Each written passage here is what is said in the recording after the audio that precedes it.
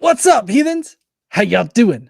I'm the Godless Engineer, and I critically analyze apologist claims to give you the best arguments and information so that you can stand up and use your voice. And the apologist claims tonight are actually coming from an atheist, or maybe he's just an agnostic now. Maybe he's an atheist. I don't know. He kind of seems a little flip-floppy sometimes about what he wants to label himself. Definitely an agnostic. Yeah, Yeah. So anyways, we're going to be covering Bart Ehrman's most recent course that he's putting out there called Did Jesus Really Exist? I attended it this past Saturday, and I had a lot of problems during it. None of my questions were answered. I feel like I had some pretty well formatted questions. Like, they were very informative. Like, one of the questions I had played off of something that he said in one of his textbooks, and another one was mentioning another thing that he said. So it just seems weird that you wouldn't want to highlight those, considering they were difficult questions. But did you get a sense of how many students were in? Like, could you see at the very end, he mentioned that there was 1,000 people watching, or something like that. Quite a lot. There.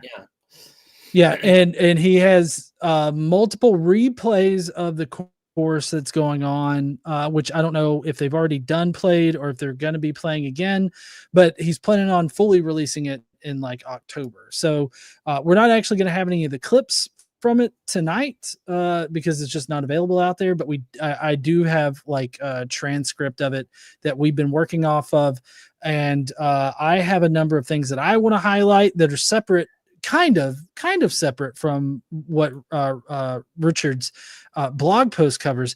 I think your blog post covers 20 items. I think. Yeah, 20 numbered items. Yeah, that's what's basically what I thought were all the important things. For people who are interested, I didn't attend the thing. I actually I can't stand listening to him talk. So no offense. It just irritates me. So so what I did is I looked at a slideshow and looked at a transcript, and then spoke to several people who were there to make sure that I was understanding what I was looking at correctly. So that's what generated the information I used for the blog, and then you'll have your own things to talk about. We'll just for you. I'll let people know. I should warn you. I am, as usual, having whiskey because I can't do this sober. I'm not drunk yet, but I ran out of whiskey. The only whiskey I have is this unusual Austrian smoked whiskey. It's peated whiskey from Austria, and it's pretty bad. Weird. It's not and so I'm like, I was expecting it to be nice, and it was like, well, so there's actually there's a brewery around here that does beer. It's called Straight to Ale, but they've also ventured into making whiskey and gin and vodka and all that. And the whiskey that they produce, it has a very beer taste to it. So if you can imagine a whiskey, but it tastes like hops and beer, it's got that really bitter kind of taste to it. That's what it is. I'm not buying another bottle. I'm just saying, yeah, I'll say this Austrian whiskey is not as bad as the maple flavored Crown Royal I was gifted in Canada once, which was probably the worst whiskey I've ever had in my entire life. No, not counting the Regina whiskey, another Canadian whiskey that Canadians have some good whiskeys, but no, these were not good ones. I don't remember what it was called, but it tasted of tires, like car tires, literally. Wow.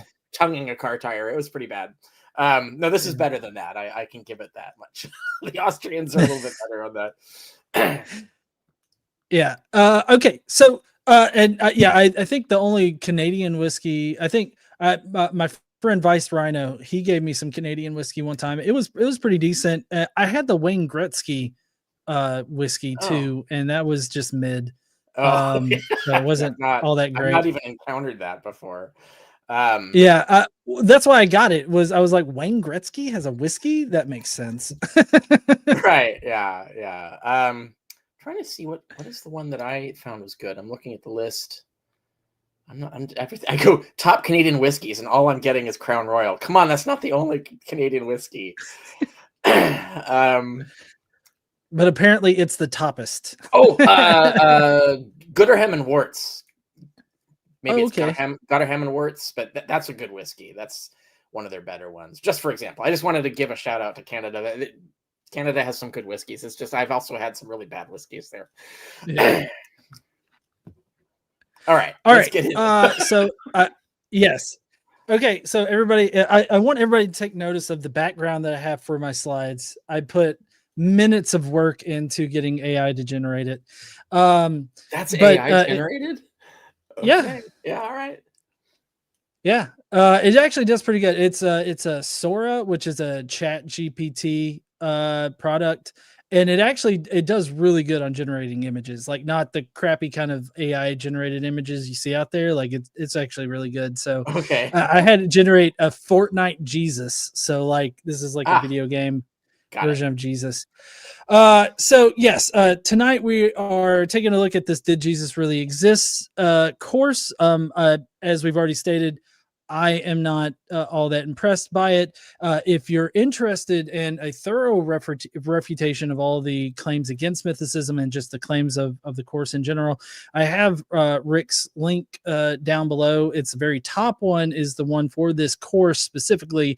And then there's other ones following that. There's the Ehrman recap, which kind of recaps all of the discourse, I guess, and everything that Bart Ehrman gets wrong. And then there's Jesus from Outer Space, which I've heard is excellent on the audiobook version. Just saying. Yeah. And then there's also on the historicity of Jesus, which is a really good point that I want to bring up first in all of this. And I was the first thing that I was really miffed by when he got to the actual mythicist claims, which we're not starting there, but this really miffed me, is the fact that he only addressed things in Jesus from Outer Space, as opposed to the actually like peer-reviewed monograph of On the Historicity of Jesus, which he only mentions like tangentially because it's referenced in Jesus from Outer Space. And I'm just kind of curious, in your opinion, like what is that? I mean, for me as a quote unquote student or a viewer of this, like, I'm like, why did he do that one? Why didn't he actually do the peer reviewed one? Like, it automatically sets me. No, I know. Yeah. That was honestly, it's unprofessional. When I teach this course, so people should know I teach this course. I don't do it live. It's a correspondence course, forum based online, but you get a month of my time to just ask me all the questions you want. And I've got readings for you. And then you can ask for more readings. Like if you wanted to dive into some particular debate or whatever, I've got lists of things. So here's what you should read if you really want to know, like to pick sides in this particular issue in each debate, each sub debate within it. But in my course, I make sure that people are acquainted with the best arguments on both sides, like the best arguments for and against the historicity of Jesus. I make sure you read the peer-reviewed materials. I make sure you know, like, steel man of the historicist position, so I'm not just straw manning everything. And I think that's what people need. Like, if you want to like make a decision on this, you need to know how to navigate the literature and actually, dive into it and know what the debates are and what the best positions on either side are. Ehrman didn't do that, right? So he skipped the peer-reviewed studies entirely, including Lataster, who's, his study with Brill is actually a critique of Ehrman's book. He didn't even mention it. Like that's kind of astonishing. Like someone published a peer-reviewed study refuting your book on this subject, and you don't even mention it. Like, don't even mention it. Not even quote it or rebut it, or he didn't even slag it off. Like he doesn't even mention it, right? But also, and I make this analogy in my article, so people who read that will catch this again. But if I had gone to like his book Forged, right? So this is the pop market book Forged on forgery in the Bible. And I just like ragged on it and said, look, you have no footnotes. Here's the only evidence you cited. You have no evidence for these claims and so on. And then started arguing against the claims in Forged. And then he noticed like all those arguments I was making are already refuted in his peer-reviewed version, Forgery and Counterforgery, right? So Forgery and Counterforgery is a really excellent study. In fact, I think every peer-reviewed study that Ehrman has done has been a good study. His pop market stuff is not that reliable. It's a kind of armchairy, a lot of it. But his peer-reviewed stuff is really good. And so like he would be pissed off, justifiably, if I was ragging on his theories about forgery, just quoting and relying on forged as if that's all he'd written. When, of course, that's just a summary of his deep academic study, which has all the footnotes and all the evidence and all the important digressions and all of the clarifications and the careful language and all of that.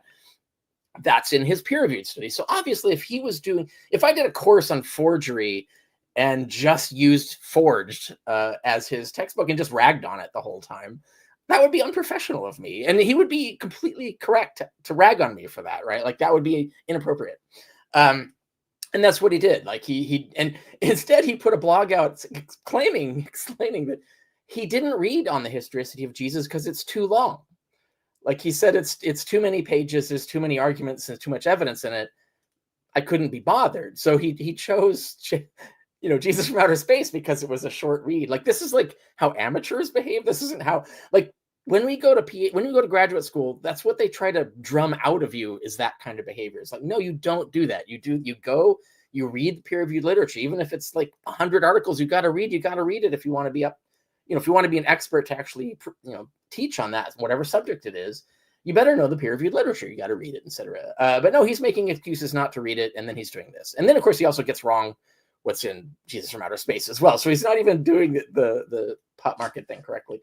So that miffed me off. And so, I for people who want to take like a real course on the historicity of Jesus, where you really look at the best arguments from both sides, it's self-directed, so you've got to be interested in it, and then use the month long to really hit me with questions in the forums as much. Get all the information out of me that you want to get. It's $49 for 30 days, and it's online. It's on at your own pace.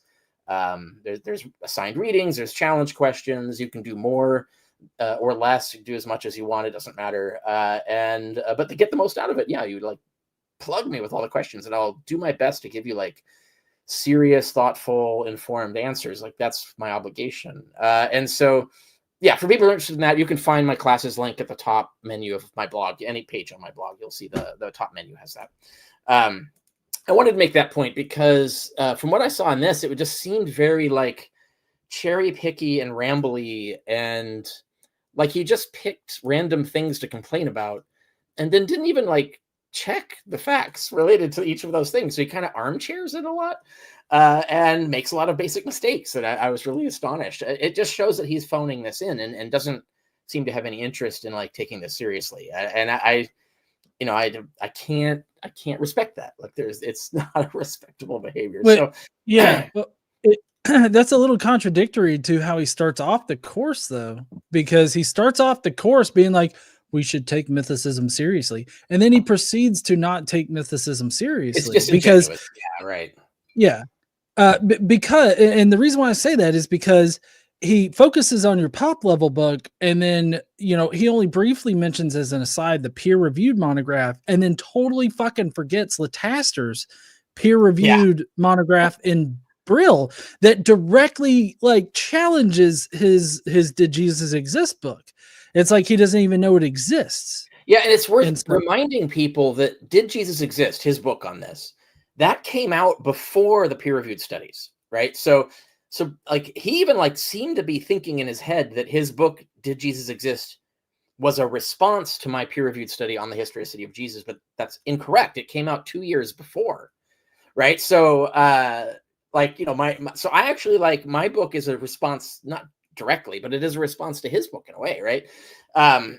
It's the other way around. So like he's never written a response to our peer-reviewed stuff at all. There's only 2 peer-reviewed studies of the historicity of Jesus that cover the whole subject in the last 100 years, and that's me and Lataster, and we both found in the negative. So we're waiting for an actual peer-reviewed study restoring the consensus. I don't think it can be done, at least not without engaging in dishonesty and apologetics, which is how most people have been behaving with this.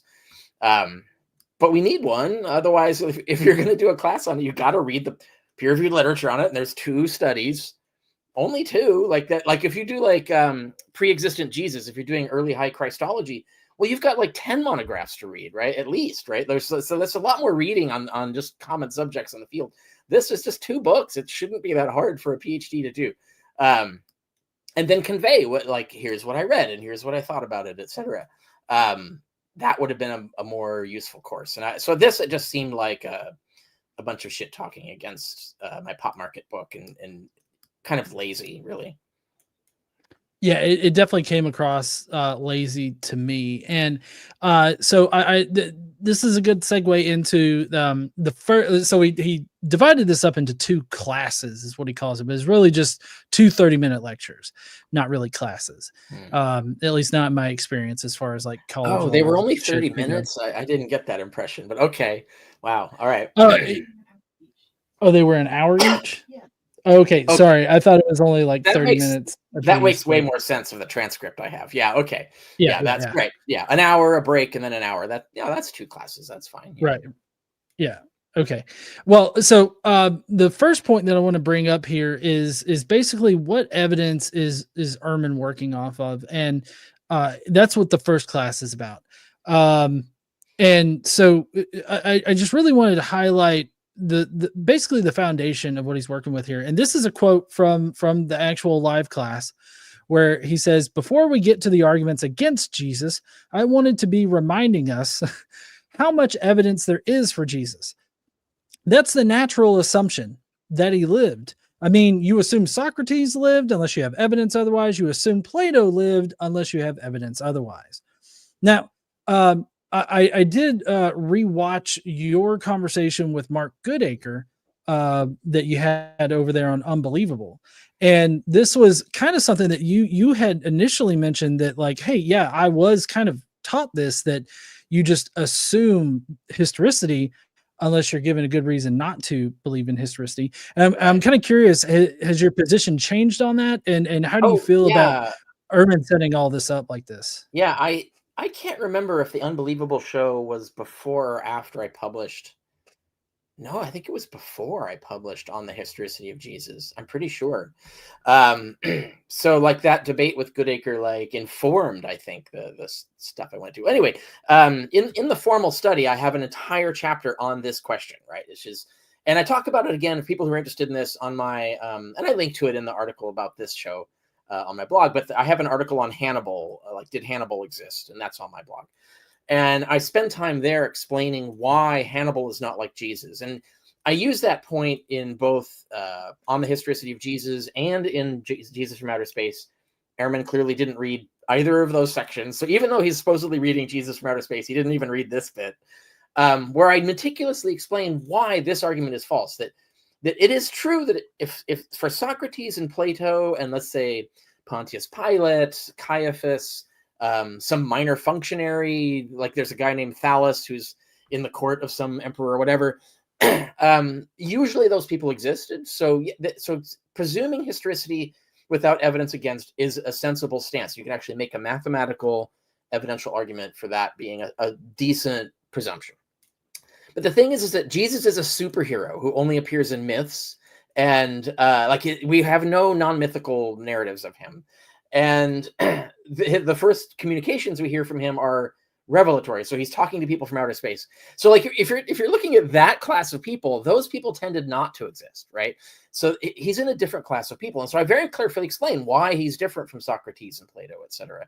And Ehrman clearly didn't know that. Like, he didn't even read the chapter. So he doesn't know that he's supposed to be responding. So he makes this declaration, but he clearly doesn't know that he's supposed to be answering the fact that I've already refuted this argument. And it would be fine if he like made an argument against me, right? Like saying, well, Carrier says Jesus is in a different reference class and here's why, yada, yada. And I disagree with that because like that would be at least scholarly discussion, right? But for him to just completely ignore the fact that I refute this, give his students no idea what my argument was, or a response to it. Like, he doesn't explain, why do you believe this, Ehrman? Because Richard Carrier just in detail argued against this. So why do you still believe this? No, Jesus is in a different reference class. So he actually would presume he didn't exist unless we have evidence for it. Just like John Frum or Ned Ludd or Hercules or Osiris or Inanna, or you pick any other of these superheroes that we have similar storylines for. Similar kinds of myths for, basically culture heroes and things like Moses is another example. We need reasons to believe this, other than the fact that they're in the stories, because usually people in these sort of the superhero stories in antiquity, they usually didn't exist. Not always. Some of them did exist. So it is true that it's possible for him to be historical. That's totally plausible. And I talk about how plausible it is and everything like that too. So, but he doesn't do any of this. He just skips right to, oh, he's just like Socrates. You should just assume he existed.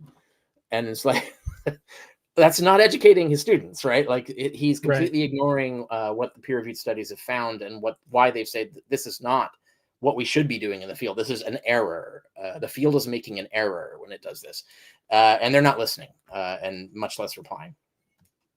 Yeah, is it true though that in historical methodology, it typically you just assume that people existed, like whenever you start like analyzing them, like for people that study Socrates and all that, do they just assume that Socrates existed whenever, like maybe when they're starting out, but let's say it's further on down in like your historical methodology journey, like would you actually discuss the evidence that says that Socrates existed? Or because I know that there's studies out there that question whether or not either of these people existed, right?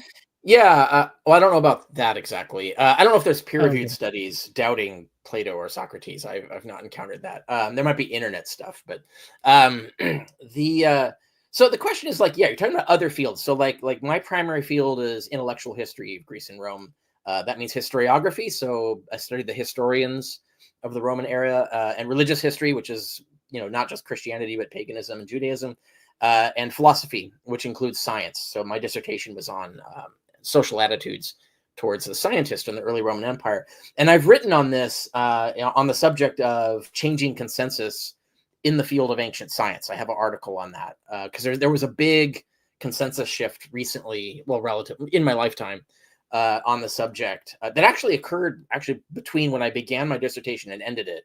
There was basically a 10-year kind of like phase shift in a consensus change in the field. It was kind of a big deal.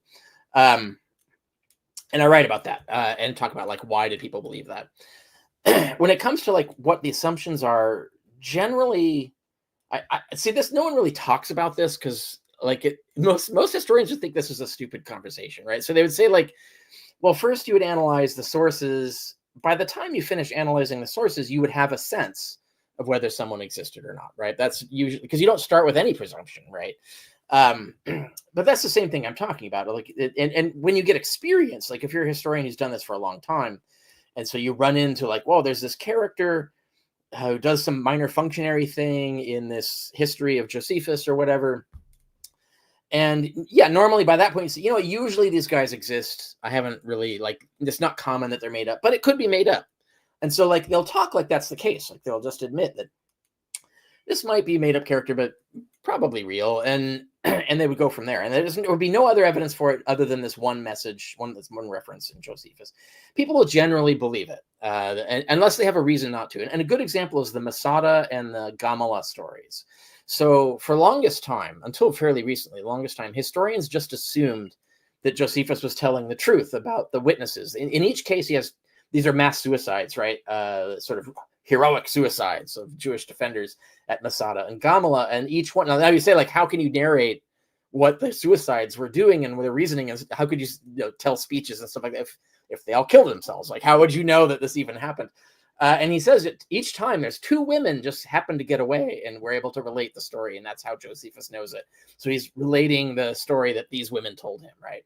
And it's conspicuously two women in each case. Now, people just believe that. Like, well, like that's usually true. I mean, but in the last 10 years, there have been several major Josephus scholars who've said, well, you know what? That looks kind of suspicious. I kind of think this might be bullshit. But notice that their reasoning was based on evidence of it being suspicious. They didn't start in with a presumption that these stories are made up. They adduce some evidence. It's not super smoking gun evidence, but it's evidence that tips the scales a little bit. And they say, I think these are made up. I think it's reasonable to do that. So I think their presumption was correct, right? And I think you should only because those are just common ordinary people. They weren't superheroes or whatever. I think you would only come to the conclusion that they're doubtable if you have evidence to doubt them. But that's, like I said, flip side for like superheroes like Hercules and stuff. Like you just doubt them, like you start doubting them. You need some pretty good evidence to believe that these mythical characters are real. And we know that even from like modern cases like Ned Ludd and John Frum, which I talk about in my study as well.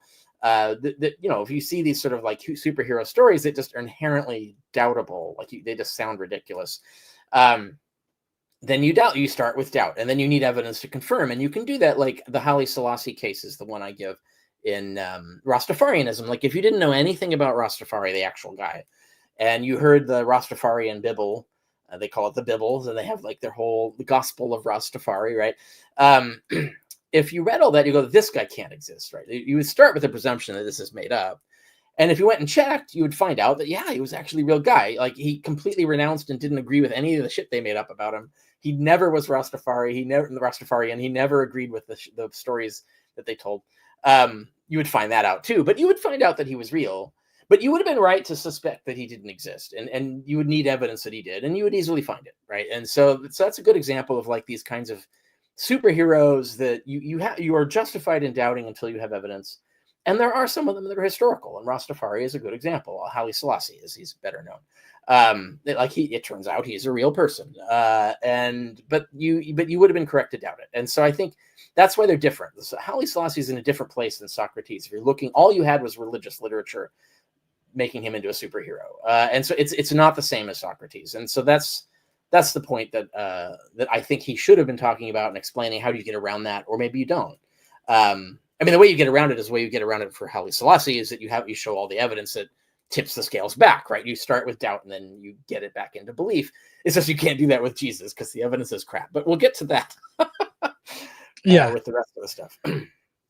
Right. Yeah. And that's a pretty good lead in. And I like how you juxtapose like the superhero people from the past that are more than likely mythical versus like more likely historical people, because that's going to be a pretty big factor here in a second. And so this first part right here, I just want to sort of set the stage for everybody to understand where Bart Ehrman is coming from when he analyzes all, the question of whether or not Jesus existed. He considers these to be independent gospels as sources. So Mark, Matthew, Luke, John, Peter, and Thomas. All right. And so the quote down here is, what I'm saying is that they're getting this information from somewhere, unless they're all making it up. If you want to argue that they're all just making everything up, well, okay, you need some evidence for that, because there's very good evidence that they're using sources, because we can tell sometimes what their sources were.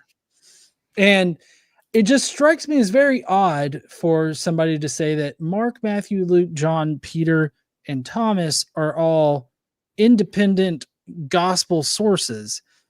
And he makes a very big deal about considering Mark to be really the seed gospel and everything else derives off Mark. And that's a wrong-headed thing to do.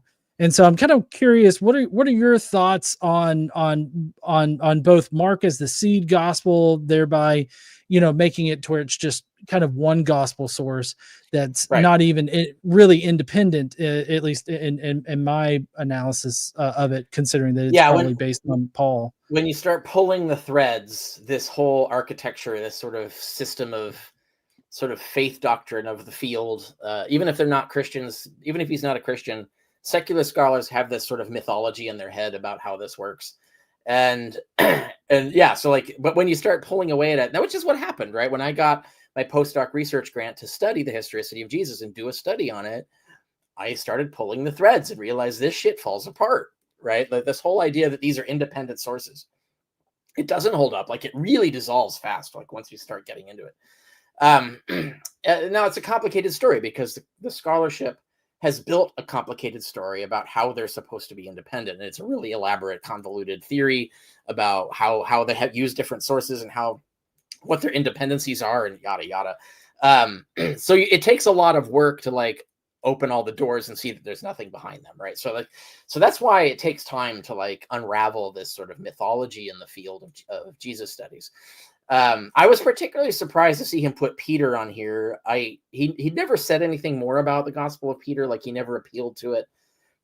It's weird, super weird for him to even claim that this is evidence for a historical Jesus, because Peter is like, everybody agrees in the field, like every one of his peers agrees that Peter is bullshit, right? Like it's 100% completely made up, and it's a wild exaggeration of the synoptic gospels. Like, so there's no historian who operates from the assumption that there's anything historical in the Gospel of Peter. So like, why the hell is it on here? He never says, so we never get to learn why he thinks there's anything historical in Peter. It doesn't make any sense. And that's the Gospel of Peter, if people are curious. There's also epistles and other things attributed to Peter, but we're talking about the Gospel of Peter. And then Thomas.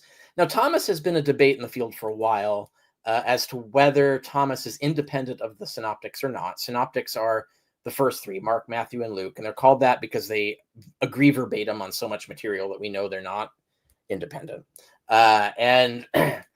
But lately, like Goodacre came out with his book on the Gospel of Thomas that I think is just a slam dunk. Like, it ends the debate. Like, we're done. Let's move on. It conclusively proves that Thomas is derivative of the synoptics and therefore is not an example of Q. It's not an independent source. None of the stuff that's new in Thomas goes back to Jesus. It's all made up. So there's good, respectable, and Goodacre's not alone in this. There's several other scholars who agree. So that's a respectable mainstream view, right? And it's really hard to recover from that. Like I can respect him saying he believes he can get historical information out of Thomas.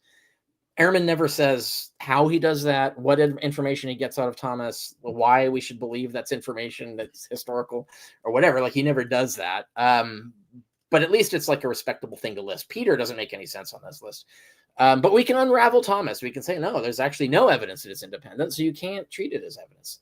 And then when it gets to Mark, Matthew, Luke, and John, Ehrman goes into this whole thing. Well, there's the M source and the L source and the sign source, but he just asserts these things. He doesn't give any evidence. So notice he says here, there's very good evidence. He says very good evidence that they're using sources. He gives no evidence. He just declares it, right? Basically just, no, they, of course, well, it's argument from incredulity. They couldn't possibly have made it all up. That's basically his argument. It's not evidence.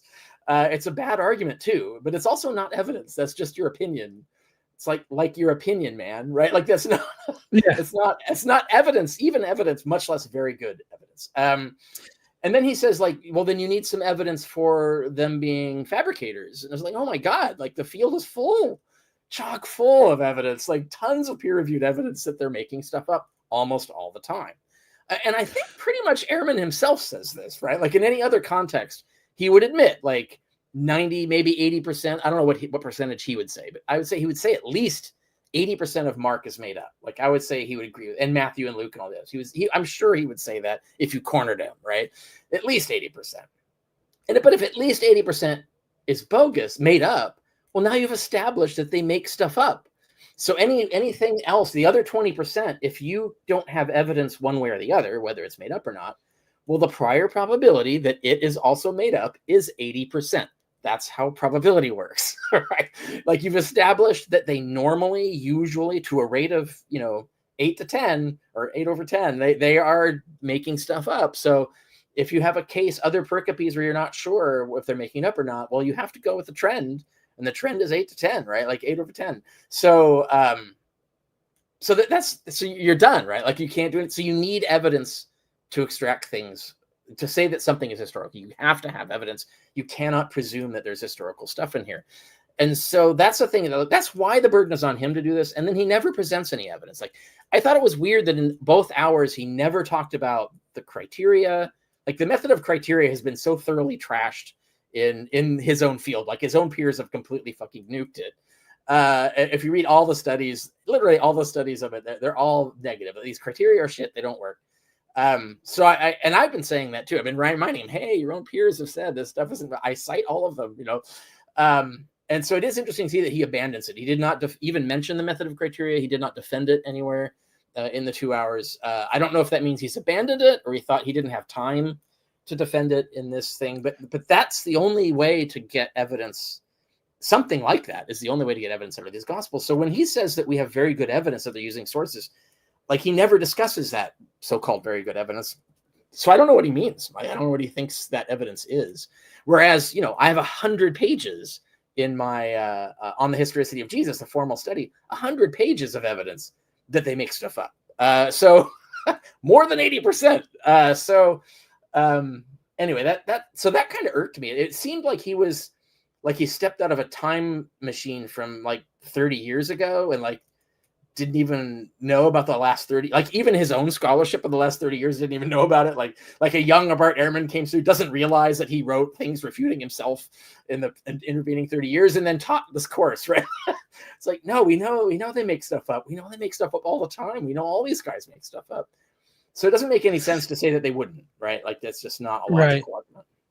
Well, for me, as far as like understanding like how the Gospels were most likely written, the fact that they were written in Greek, and as far as I understand it, maybe you can correct me if I'm wrong on this, Richard, but in order to write in Greek the way that the Gospels were originally written, you had to attend like pagan schools and all that. And one of the ways in which they were taught to write Greek is by taking older myths, rewriting them and creating new stories, essentially making things up. So, I mean, what I feel like it becomes is this claim that, oh yes, these people that went to pagan schools that were taught to write in Greek by making shit up, copying and changing information from old myths and creating new information and new myths in order to learn how to write in Greek, definitely didn't make shit up and just fabricate things.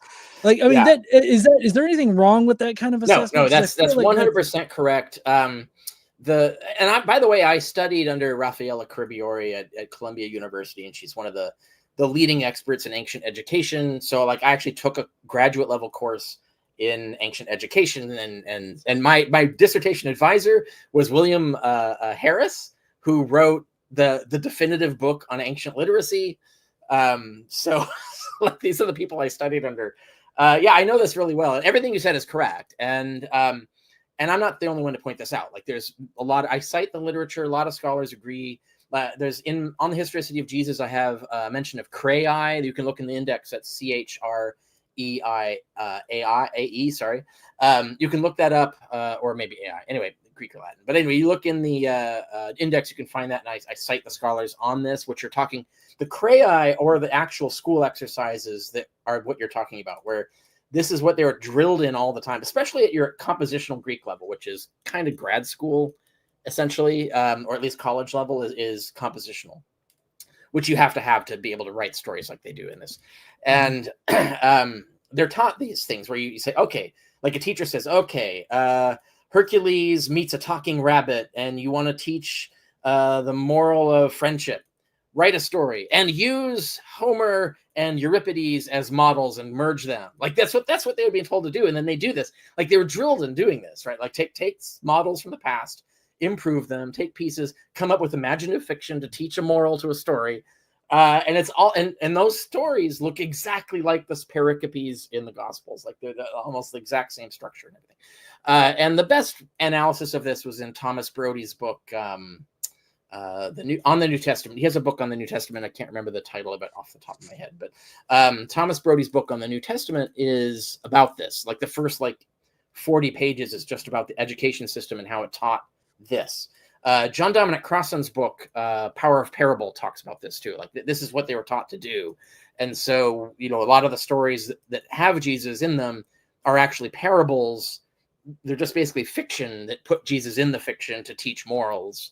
Morals and social values and ideas and things like that. But and that was just common, right? So there's a lot of scholars who've written on this. It's just the way they wrote. That's the way stories were built back then. To the point that scholars back then who wanted straight history complained that they weren't getting it. Like a lot of historians were just making shit up, and they were annoyed by this, right? And the fact that they're annoyed by it means that everybody was doing it, right? So it's a common problem. And it was especially a thing in myth writing. So like when you look at mythography, Alan Cameron has a good book on Greek mythography. It's all about writing myth in ancient Greek and Roman period. And so he talks about what were these stories like? How were they making them up and things like that? And I don't remember I don't think he goes much into the New Testament, but if you read that, you realize like, oh my God, he's practically talking about the New Testament, right? Like that's exactly what this stuff is. Anyway, yeah, there's tons of, everything you said is absolutely correct. And that's well established. It's like mainstream knowledge now about the ancient world and these writers and so on. Which is why when you see something that looks patently mythical, you need evidence to believe any of it is not made up, because the trend, the standard, what they were taught to do is to just make stuff up, right? And in particular to make things up for a purpose, right? There's a message, right? There's a inner message, the deeper truth, as you were. And we even have like authors like Origen, later, like 3rd century Christian scholar Origen, admitting this, saying that, yeah, the Gospels are really just allegories to teach deeper truths, but don't tell the poor people this, or else they won't get it and they won't be saved. So we have to tell them it's all literally true. But the upper class people like me, we can tell each other that it's all allegory and we don't have to take it literally. And so and I talk about this in the ancient literalism, the ancient Christian literalism. I have a blog on this where I cite all of this. And so you can see the Origin's just giving away the game, like just sort of admitting this. And so, yeah, that was the norm back then. And you can tell when you look outside the canon, right? So if you look at, there's like 40 plus Gospels. We have like fragments or pieces of maybe 10, 15 of them. And, they're all ridiculous, right? Like they just get more and more ridiculous over time. We have something like 30 acts, like books of Acts of different apostles and heroes and stuff of Christian literature. They're all just fanciful fiction, right? But they all, moral of the story kind of fiction. When you look out, you see like, oh, there's 40 Gospels. They're all fiction, but these 4 somehow are not. No, the odds are against you, right? Like you're looking at the whole genre is just making stuff up. The entire genre, dozens of examples, is making shit up. Why would you think these 4 are somehow some weird exception to the rule? That doesn't make any sense. You would need evidence to believe that somehow these 4 are special. And why would we believe that? He didn't give any reason to believe that, right? He doesn't even talk about any of the stuff we're talking about now. So he didn't really even pose the problem. Like he didn't even tell the students what the problem is, much less solve that problem. And so he just glided right over it. Like just made assertions and moved on, basically. And, I'm starting to realize why he offered this for free. Well, I heard it was like promo for a pay class that he's doing, like on. Yeah, he's going to offer it later in October for pay, I believe. Like you can pay to listen to it, but like. And I assume that's just presuming historicity and talking about what we can know about Jesus, which is the usual thing, right? I assume that's the upcoming class is not about the historicity of Jesus. It's about the historical Jesus, which are 2 different. Oh, I guess the feeling that I got from what Bart was saying is that this exact class is going to be made widely available in October. Oh, so I see. I don't know if he's got another class coming out that's specifically only about the historical Jesus, or if he was only talking about this particular course. Yeah, I don't know either. So yeah. Yeah. So okay. So the next point here is just a quote from him, Bart Ehrman, where he says, "Do they give us historical evidence that Jesus existed?" And he's talking about the Gospels that we just talked about, right? It will. This is a literal transcript from the class. So, but like imagine a big, what is it? A SIC, SIC, like out beside this, right? Okay. It will not do to say that we can't use them because they're in the Bible, or we can't use them because they're written by Christians. Every source that talks about something has a vested interest in it. If you threw out every historical source that had a vested interest, you could not do history of any kind. I feel like what this is doing is building a straw man argument, because the minimal mythicist argument isn't that, oh, these are biased sources, so we can't use them. It's that we can't do source criticism on where they get their information. And so we can't trust that they're not just making shit up. Yeah, no, you're absolutely right. Because what he's saying here is correct. Absolutely correct. But we've never doubted this, right? Like we've never challenged this. It's absolutely right. Like it doesn't matter if a source is a Christian or not. It doesn't matter if they have bias. We can, we can admit that the bias limits what we can know or what we can trust. but we can still usually get history out of a lot of biased materials. Like Josephus is super biased, and there's a lot of things where historians have pointed out, where I mentioned Masada and Gamala, where there's historians now who are doubting those stories are true, and that Josephus had a vested interest in inventing them. And there's other examples in Josephus where we have things like that, where we don't trust what he says. But you have to have a reason, and that's what Ehrman's last quote said, like, you should have a reason to doubt it, right? And so the reason that we doubt the Gospels is twofold. One is the one we mentioned just before, which is they're in the genre of mythography, and mythography is usually made up, right? So this is another example of, we're not talking about Socrates, right? We're not talking about Plato and Xenophon writing about Socrates. That's not mythology. It is fiction, by the way. So we do doubt the absolute historicity of those stories. But it's historical fiction, and it's based on eyewitness knowledge, because Plato knew Socrates, Xenophon knew Socrates, and they both had a vested interest in marketing Socrates' ideas. So there's truth in there, but we know they're fiction. And that's because actually Plato says it is in his collection of dialogues. This is in the fiction of, is basically, he's literally telling you he's sort of making these stories up. But they might be based on real stories, that kind of thing, what it's like Lifetime, special movies, based on a true story. So it's like that. But the Gospels are written much more in mythographic mode. They look a lot more like the lives of Aesop, or the labors of Hercules, or the biography of Romulus. Like they look the kinds of things that usually gets written about fictional people. So that's the first problem, that we can't. It's not because it's the Bible. It's not because it's the Christians. It's because of the genre. And the genre, regardless of whether it's Christian, pagan, whatever, the genre is usually bogus. And we know this from the Old Testament too. Like we Deuteronomy, the whole Pentateuch is agreed to be mythology. So that's, and there's a lot of Jewish literature, like the novels like Joseph and Asenath and so on, Tobit and so on, that we know are made up. They're just made up stories. And the Gospels fit in that same genre, right? So they're written in a similar style, etc. So that's the main problem. The second problem is that because of that, you have to find evidence, reason to believe something in there, right? And like you mentioned, that we can't. Like, there's every attempt to do that has failed.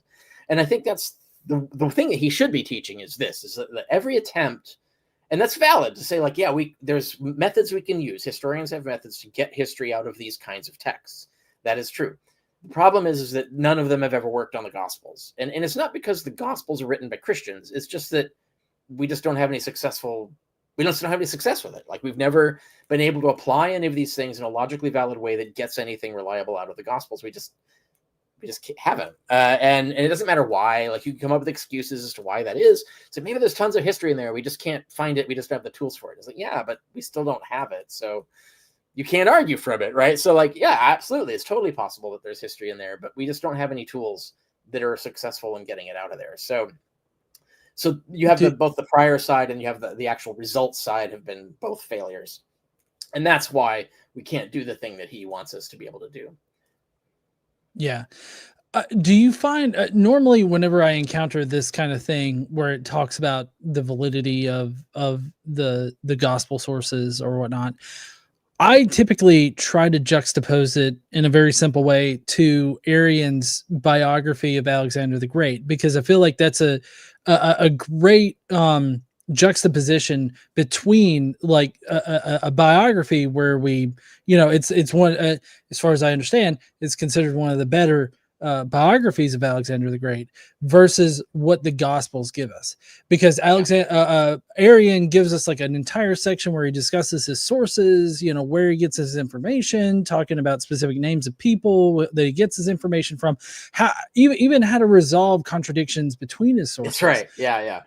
Yeah, I use this example, right? I use this example on the historicity of Jesus, but go ahead and finish what you were saying. Oh yeah, I was just going to say that I juxtapose Arrian's biography against the Gospels, and as a way to really judge like how good are the Gospels as sources, and how can we determine what is historical in the Gospels, because like we can definitely like analyze Arrian's sources and say, oh, these are firsthand accounts that maybe we don't have access to now, but he definitely had access to them. So like, there's like, could he be lying? Yeah, sure, he could be lying, but I mean, we've been able to independently verify that these sources would have existed, so like, there's no reason to doubt.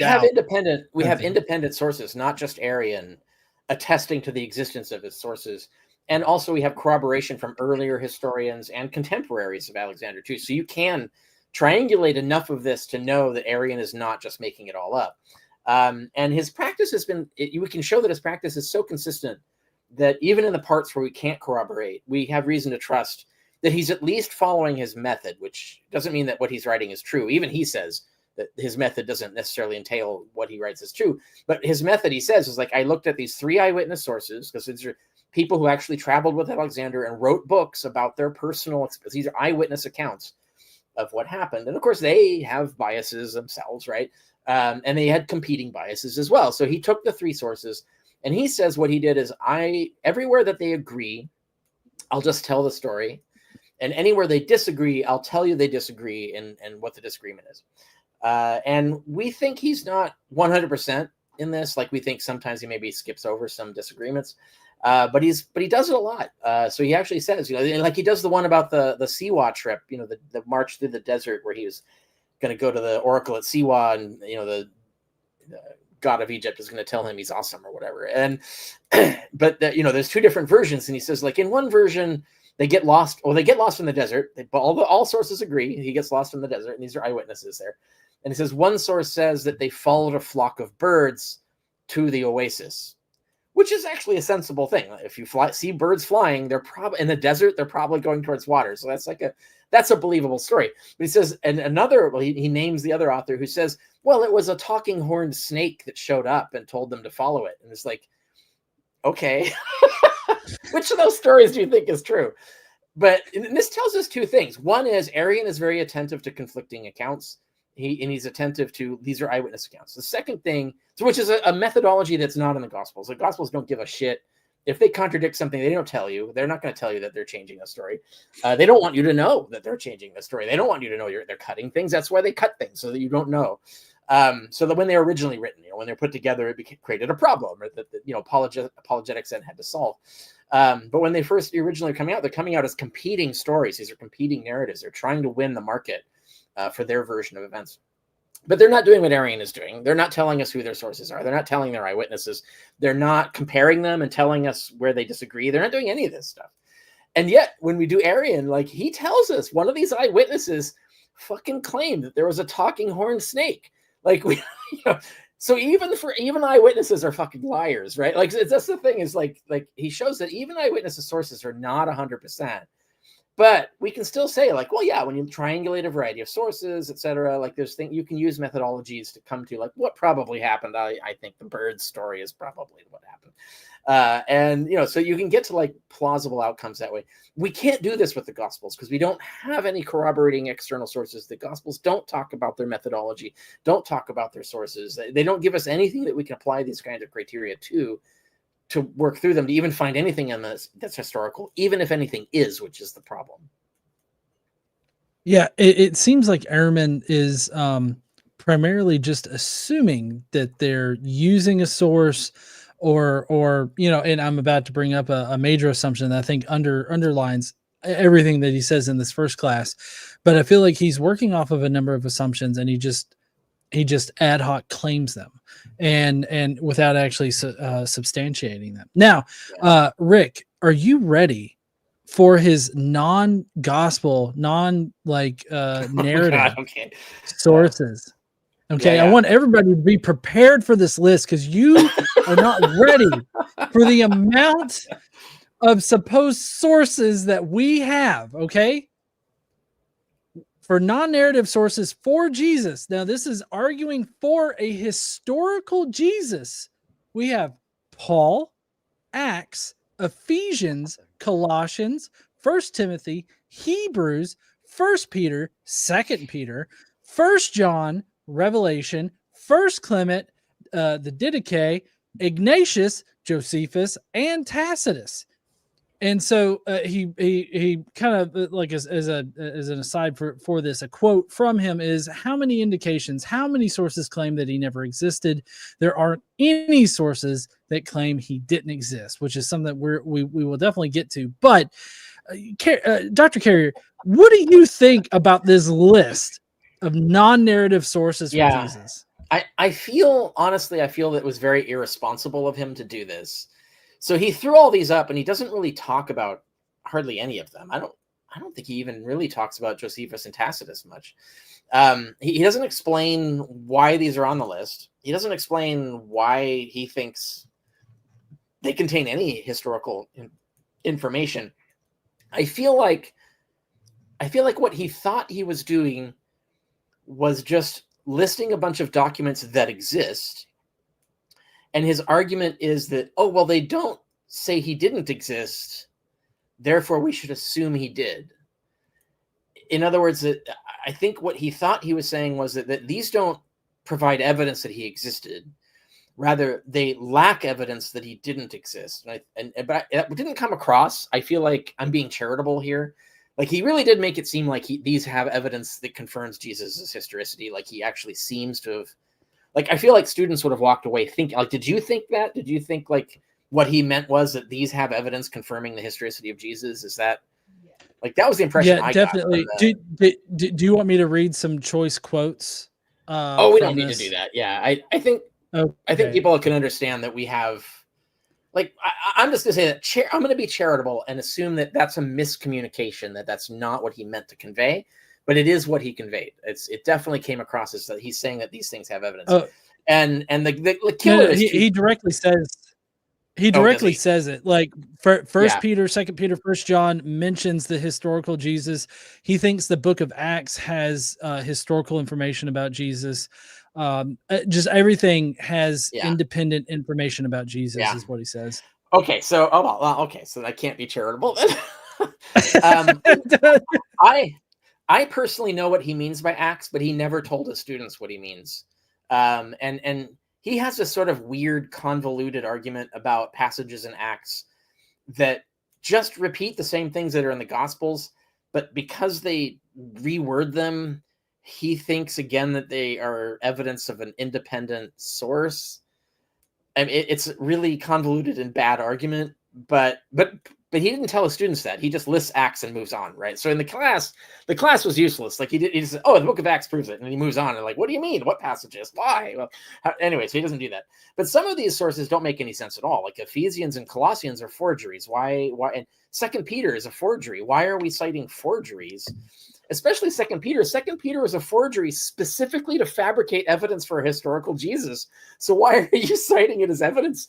It's actually evidence of the opposite, right? It's like, why would you need to forge evidence of a historical Jesus unless someone was saying there wasn't one, right? And I point this out. I already point this out on the historicity of Jesus. It's a little bit in Jesus from Outer Space.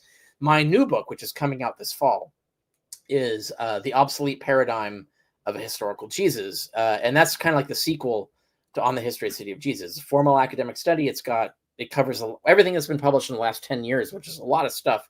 Not directly on, well, some directly on historicity, but most of it is on tangential things that reinforce my conclusions. And one of which is there's been a trend in the last 10 years to realize, and this is in the field of Docetism studies, the trend now in the mainstream field of that is to doubt that Docetism existed. And I had suspected that when I wrote On the Historicity of Jesus. I mentioned my suspicions, but I didn't develop them there because they were just suspicions. Since then, I did a thorough research project on Docetism, found all the latest scholarship on this, and they're all thinking in the same direction as me. And so I use that scholarship, quote it and cite it, and show that, in fact, when we realized that all the evidence, and Docetism was this modern construct of this idea that there were Christians who thought Jesus was an illusion, right? They were teaching that his body was fake, that it was like a puppet or something, and it was like a magical illusion, like a D&D illusion spell. And so he didn't really come to Earth, he didn't really die, but people saw him walking around and thought he walked around and ate and died and stuff, but it was all an illusion. Now, that's the modern view. It turns out absolutely no one in antiquity believed this. This is a completely made up modern idea. It's been so ingrained in the field that historians will just repeat it as if it's a fact because they haven't double checked and realized that this is a made up idea that doesn't exist in the ancient world. And all the Docetism experts are agreeing with this now. They're saying, nope, we shouldn't have made it up. It was made up. It doesn't exist. No one thought that. But when you go back to these texts that were being misinterpreted and dismissed on this theory, when you go back and look at those texts, you start to realize, oh shit, they're talking about mythicists. This is a whole bunch of polemical literature against mythicist Christians who didn't think Jesus had come to earth yet. And you can actually show this item by item, by example. It's actually just a ton of evidence of, like he says, there's no sources that claim he didn't exist. Well, yeah, they burned them all. We don't have them. But we have the polemical attacks on them, which admit that they existed, right? So like we have admissions that there were Christians who doubted the historicity of Jesus, and we have a ton of polemics against them. All of their actual writings were destroyed, but that's the same thing that happened to all critics of Christian orthodoxy. That's why we don't have the Clement. We only have the response, the polemical reply to Clement. We don't have Porphyry. We only have the polemical response to Porphyry. So we don't have these things, but we have their people arguing against them, right? So we get the one-sided view of this argument. So when you go through, and I have a whole chapter on this in my next book that is pretty powerful, actually. And it kind of refutes this argument that there was no evidence of these guys. But anyway, 2 Peter is one of these texts where if you read it correctly, you start to realize that he's arguing against Christians who didn't believe Jesus existed, who thought the Gospels were myths, and like completely myths. And so the author of 2 Peter had to fabricate an eyewitness testimony to refute them. So, no, it's not made up. I actually saw him, like that kind of thing. And it's like, if you're forging a document, pretending to be an eyewitness, insisting over and over, like, no, he came to earth. I saw him. It's like, that's pretty good evidence that he didn't, right?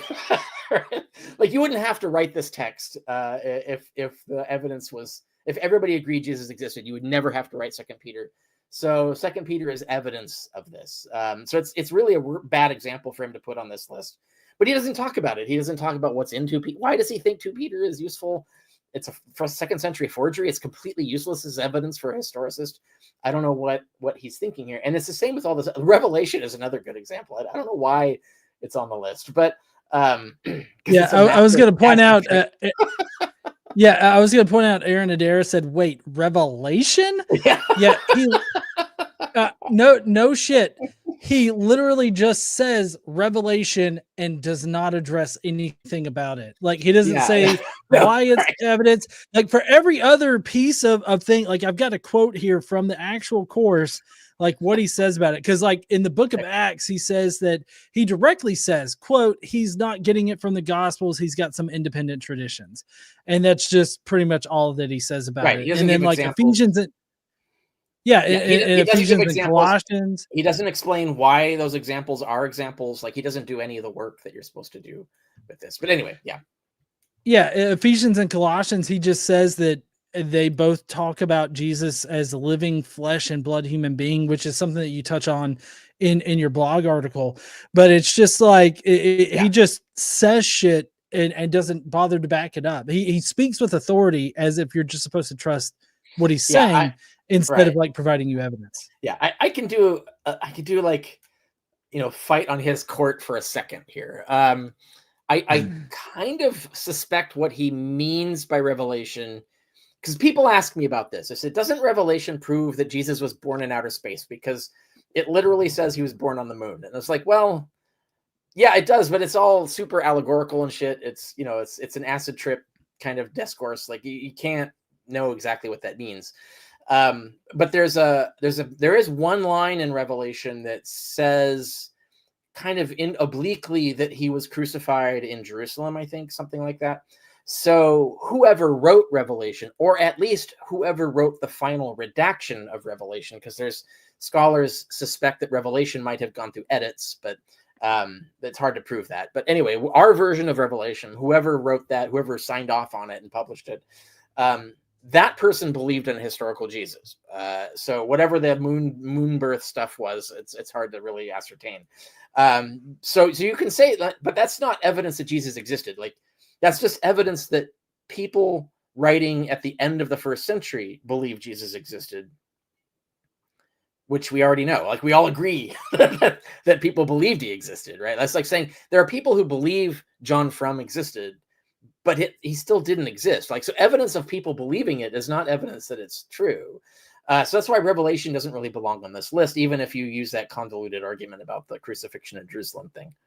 And I think a lot of this stuff is like that. Well, First Clement is another example where Clement is actually evidence against historical Jesus. I talk about that, and on the historicity of Jesus, I show it's actually missing a historical Jesus everywhere it should show up. And so, but I think again, he's citing it because Clement just mentions Jesus having existed. But we're not doubting that. Like everybody agrees Jesus died in the sky, like the demons killed him and stuff. Like it's all real. It's like saying like First Clement also mentions Satan, therefore Satan is a historical person. It's like, yeah, he believes he's a historical person, but we know he's not, right? So that's why it's not useful to cite the existence of people who believe a thing, especially when it's merely exist, because the question is exist where? Like, does First Clement ever say Jesus came to Earth? He does not. In fact, he implies several places that he didn't. And he doesn't know about any of the stories about him doing so. And so First Clement is actually bad. Like it's contrary evidence here. But that requires analysis. Like you probably have to do a whole class just on First Clement and your arguments over how to interpret the evidence. And that's all fair. It's just for him to just say First Clement and move on is kind of dumb. It's irresponsible, really, even. Like you could at least mention, there's disputes about this. But he doesn't know there is. He didn't read the book, so he doesn't know that I have a whole section on First Clement. He doesn't know that, and so that's where we're at. So, anyways, that's what made the course kind of useless for students because he's not really telling them what's going on. Yeah. No, I totally agree. But Rick, we're not done with the sources. I don't think that you really understand the gravity, the multi-level marketing that has gone in.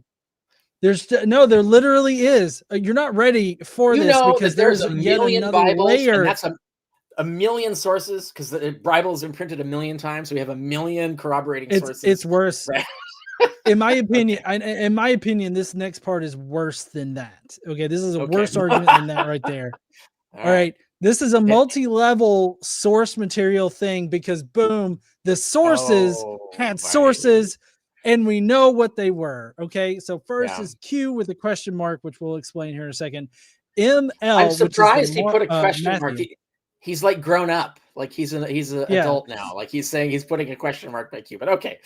But not by M and L. So, there's way less evidence for M and L, but there's no question mark by them. But anyway, He only put the question mark by Q because of Goodacre. And he still disagrees with Goodacre, but apparently because Goodacre argues against it, like apparently that makes it like plausible, questionable. Yeah, it's or something. It's argument from prestige. If there is a respectable scholar who says a thing, it's respectable. But if it's not a respectable scholar, it's not respectable. Evidence be damned. Mm-hmm. Evidence argument, quality of argument doesn't matter. But because Goodacre has too high a social status in the field, Ehrman can't slag him off. Right. So he has to maybe I disagree.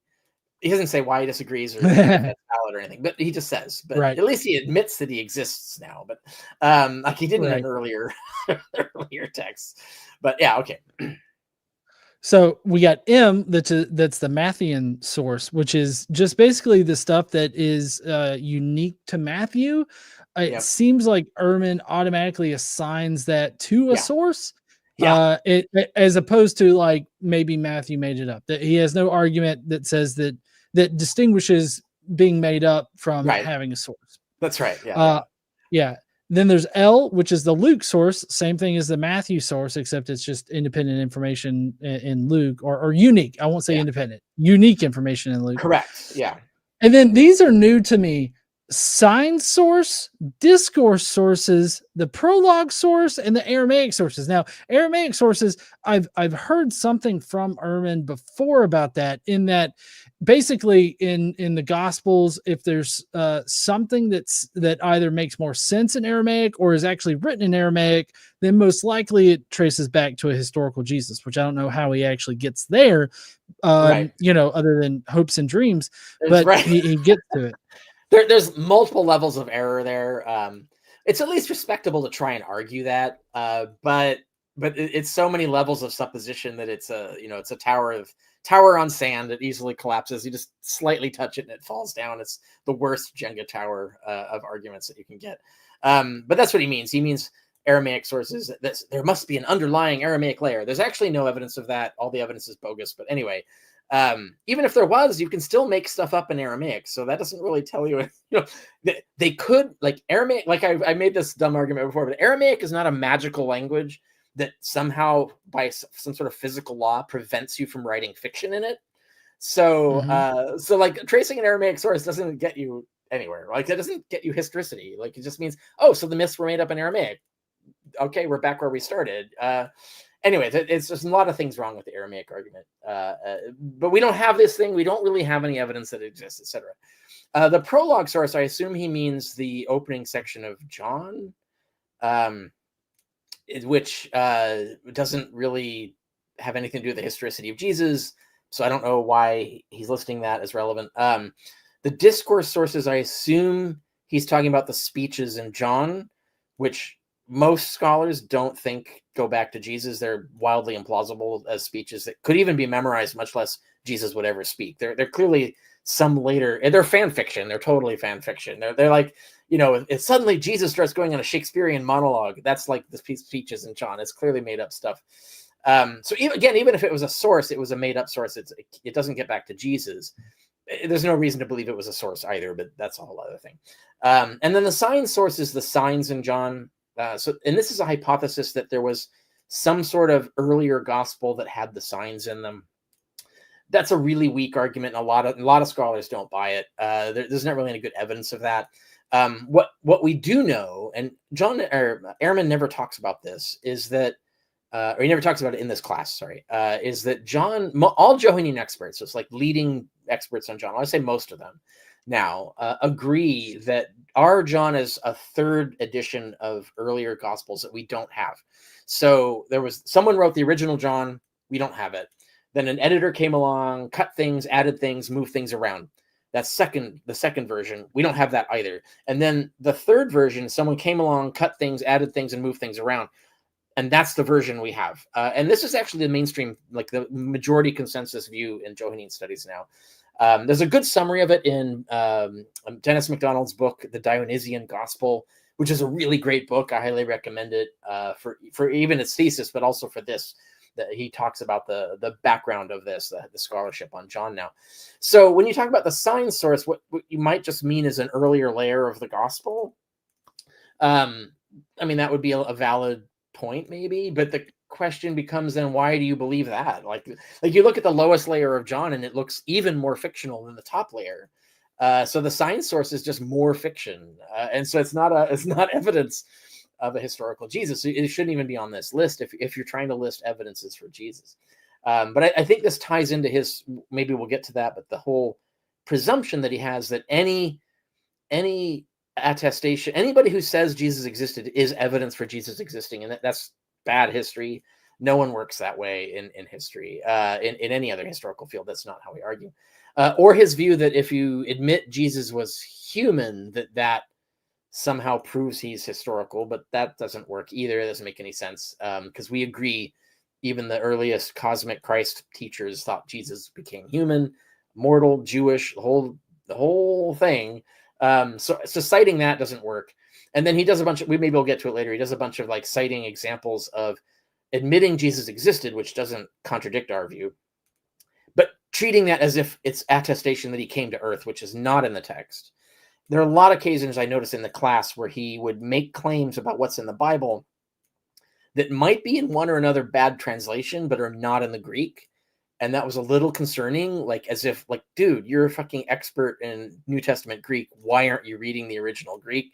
And it gets really bad when he does the Romans 15 thing. I don't know if we'll bring that up, but it's in my article, where he didn't even check the Greek. And I'm astonished by that. I don't know why he didn't do it. Like, of anybody on the planet who should know how to do that, it would be him.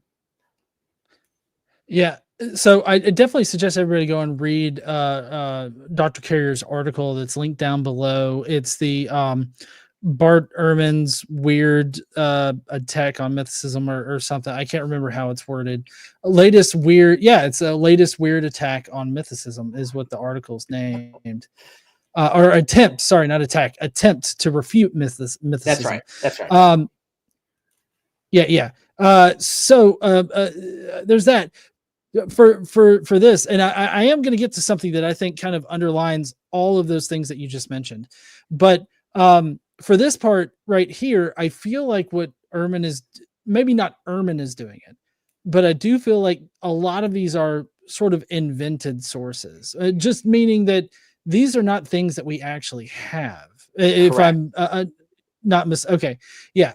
So these are not things that we've had. These are things that are speculated to have existed in order to explain certain things, but that we don't have direct evidence of. Right. Right. And Yeah. and it's something different when compared to like Celsus's or Origin quoting Celsus. Like we don't have Celsus, right? You know, Yeah. his criticisms. We have Origin responding to it, and he quotes him sometimes. That's We right. don't even have that for these. Correct. What we Yeah. just have That's a people really that good. are That's a really Yeah. good analogy. Yeah, because like that's an example where we know there's a source because Origin says there is, and he quotes it. And so, yeah, absolutely, there's a source. And he even tells us when he's quoting the source and when he's not. But no, these are not like that. These are hypothetical. These are kind of modern scholars made these up. There's not really any evidence for any of these. And Ehrman keeps saying there is, but he never presents any. It's argument from incredulity, which is like, why would they make it up? It must have a source. It's like, it's a terrible argument. But anyway, no, he never really gives evidence for any of these things. And I do think in the class he did admit finally that they're hypothetical. So I don't think he misled the students into thinking that we have these sources. I don't know what was your impression from being in the class. Yeah, I mean, I can probably do a quick search on the actual transcript of the class, but I don't know when he was going through this, he made it seem like these are definitely sources that mention a historical Jesus, and so like because when he recaps at the very end of the course, he recaps like all the evidence, and so that's where these come in right here. The balance. Excuse me. Right. So the balance of the evidence so far, we have lots of references to the historical Jesus as a man, his words and his deeds, which he's including these particular sources in that. Yeah. And then he juxtaposes that against, how many do we have that refer to Christ as a heavenly being crucified by demons or Satan in the heavenly realms and was later transformed into a human and Christian myth? You might expect that among the enemies of Jesus. They don't say that either. And so he's basically trying to say, well, we have tons of evidence for a real historical Jesus and nothing to the contrary whatsoever. And so he makes it seem like a very lopsided conversation. Yeah. And that gets into, there's a point where he tries to deny that Christians destroyed evidence, but we know they did.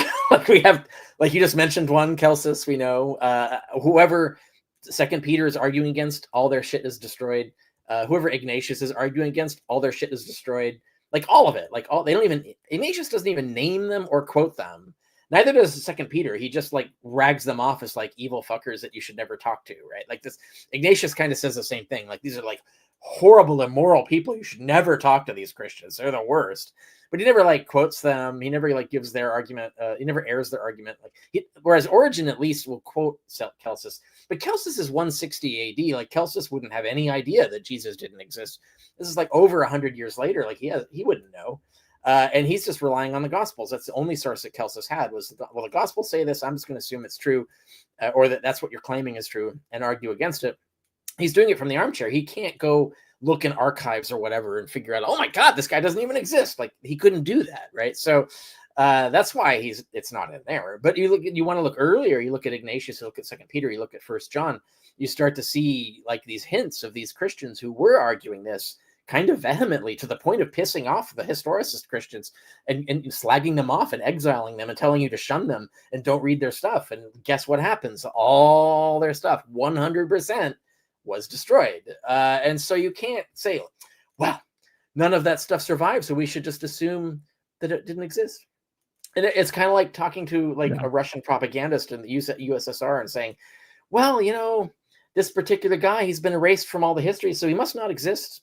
We have no evidence. No one's saying he existed anymore. So, it's like you're just going to believe the propaganda. Like they've literally destroyed all the evidence of this person or the evidence of this theory or the evidence of whatever, and produced a bunch of polemical versions of it. And you're just going to buy that? Like you're just going to just go along with the USSR's party line.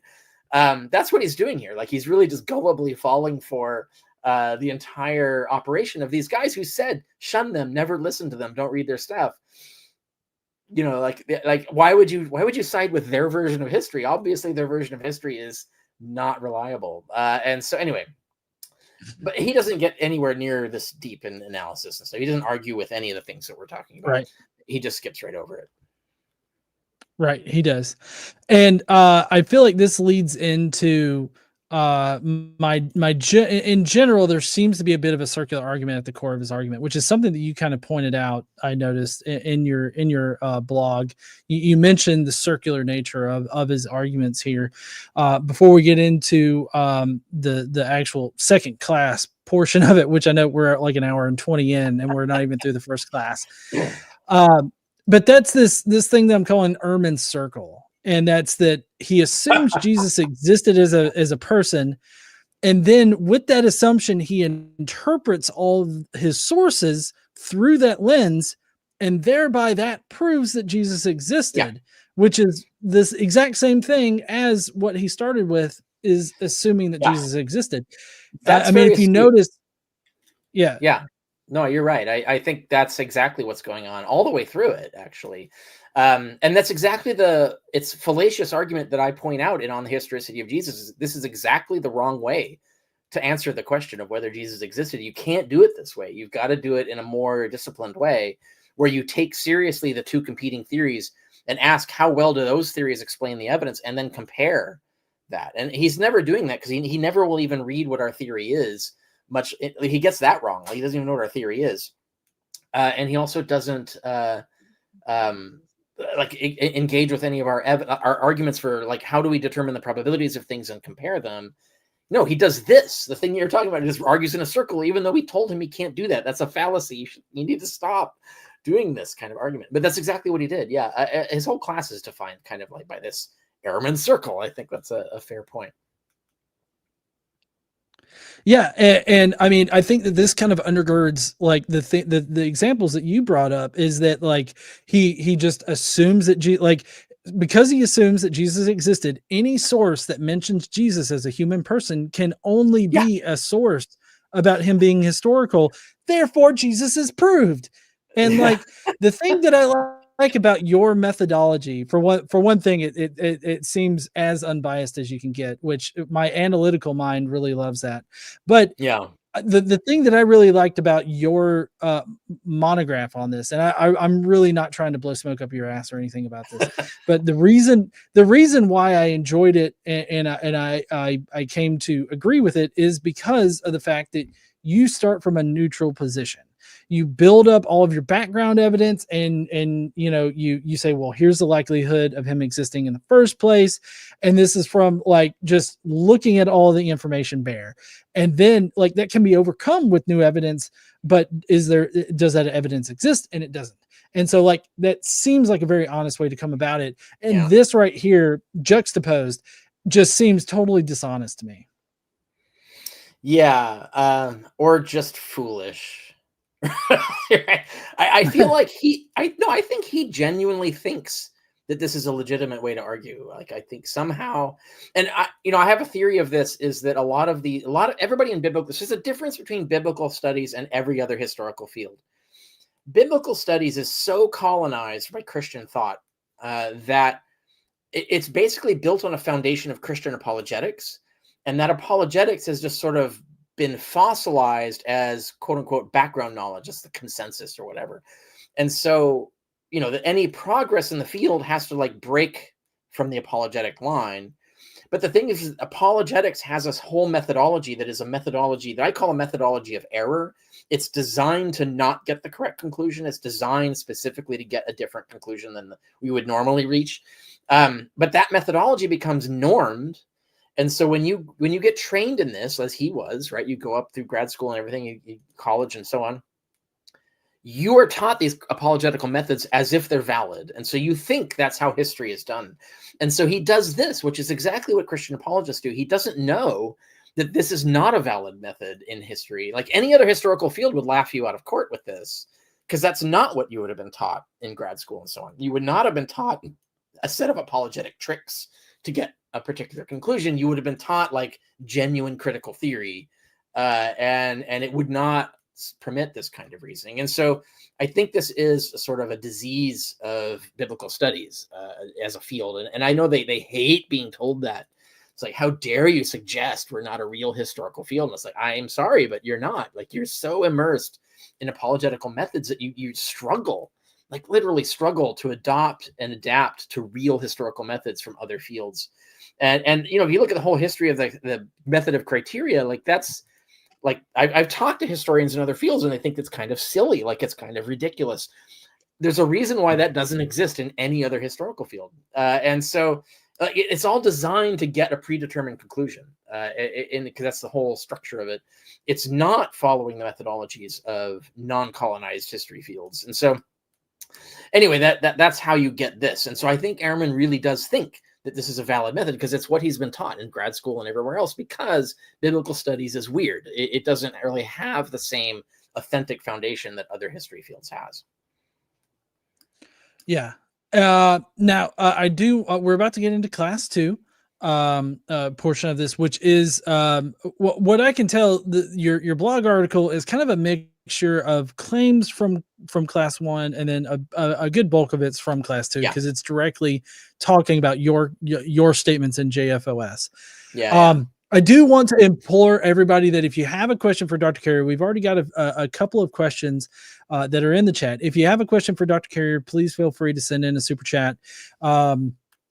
You know, any super chat, $5 or more, we'll definitely ask, you know, we'll address right here live on the show.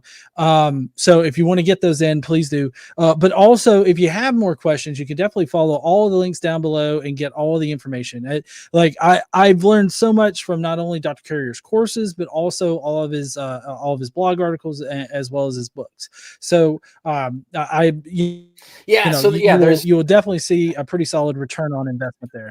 Yeah, if you really want to dive in, spend just a small amount of money to do the course, my course, that's one way to do it. Another is, if you just have questions, go to the blog, the article that we link to that we're talking about today, read it, because it might already answer your question. And if it doesn't, then just post a comment. If you're not a paying patron, your comments will go to moderation. But as long as they're like, you know, serious, not disingenuous questions, then I will eventually, it'll clear in like a few days. Like I'll post it with an answer. People who are Patreon subscribers or PayPal subscribers get the privilege of being automatic. Their comments get automatically posted, so you don't have to wait for moderation. You can just immediately, your comments will publish on my blog. So if people are interested in that superpower, then look, when you get to my blog, look at my Patreon page for how to get into that deal. Yeah. All right. So class 2 here, the mythicist claims. Now, I predicated this particular section with a couple of choice quotes. So starting off here, it says, when it comes to mythicism, I and many other scholars find it very difficult to refute the case. Not because the evidence is so strong. On the contrary, we don't find the evidence to be strong, but it's difficult to refute for other reasons, mainly that many of the mythicists make very extensive claims, claim after claim after claim after claim after claim. Richard Carrier has an over 700-page book on trying to show the historicity of Jesus. I guess the ahistoricity of Jesus is what he meant. And to refute it would take so many, it would take multiple volumes because he makes so many claims. It doesn't mean that it can't be refuted at all. It just means that, man, that's a lot of work. And just to remind people, On the Historicity of Jesus is only 618 pages of scholarship.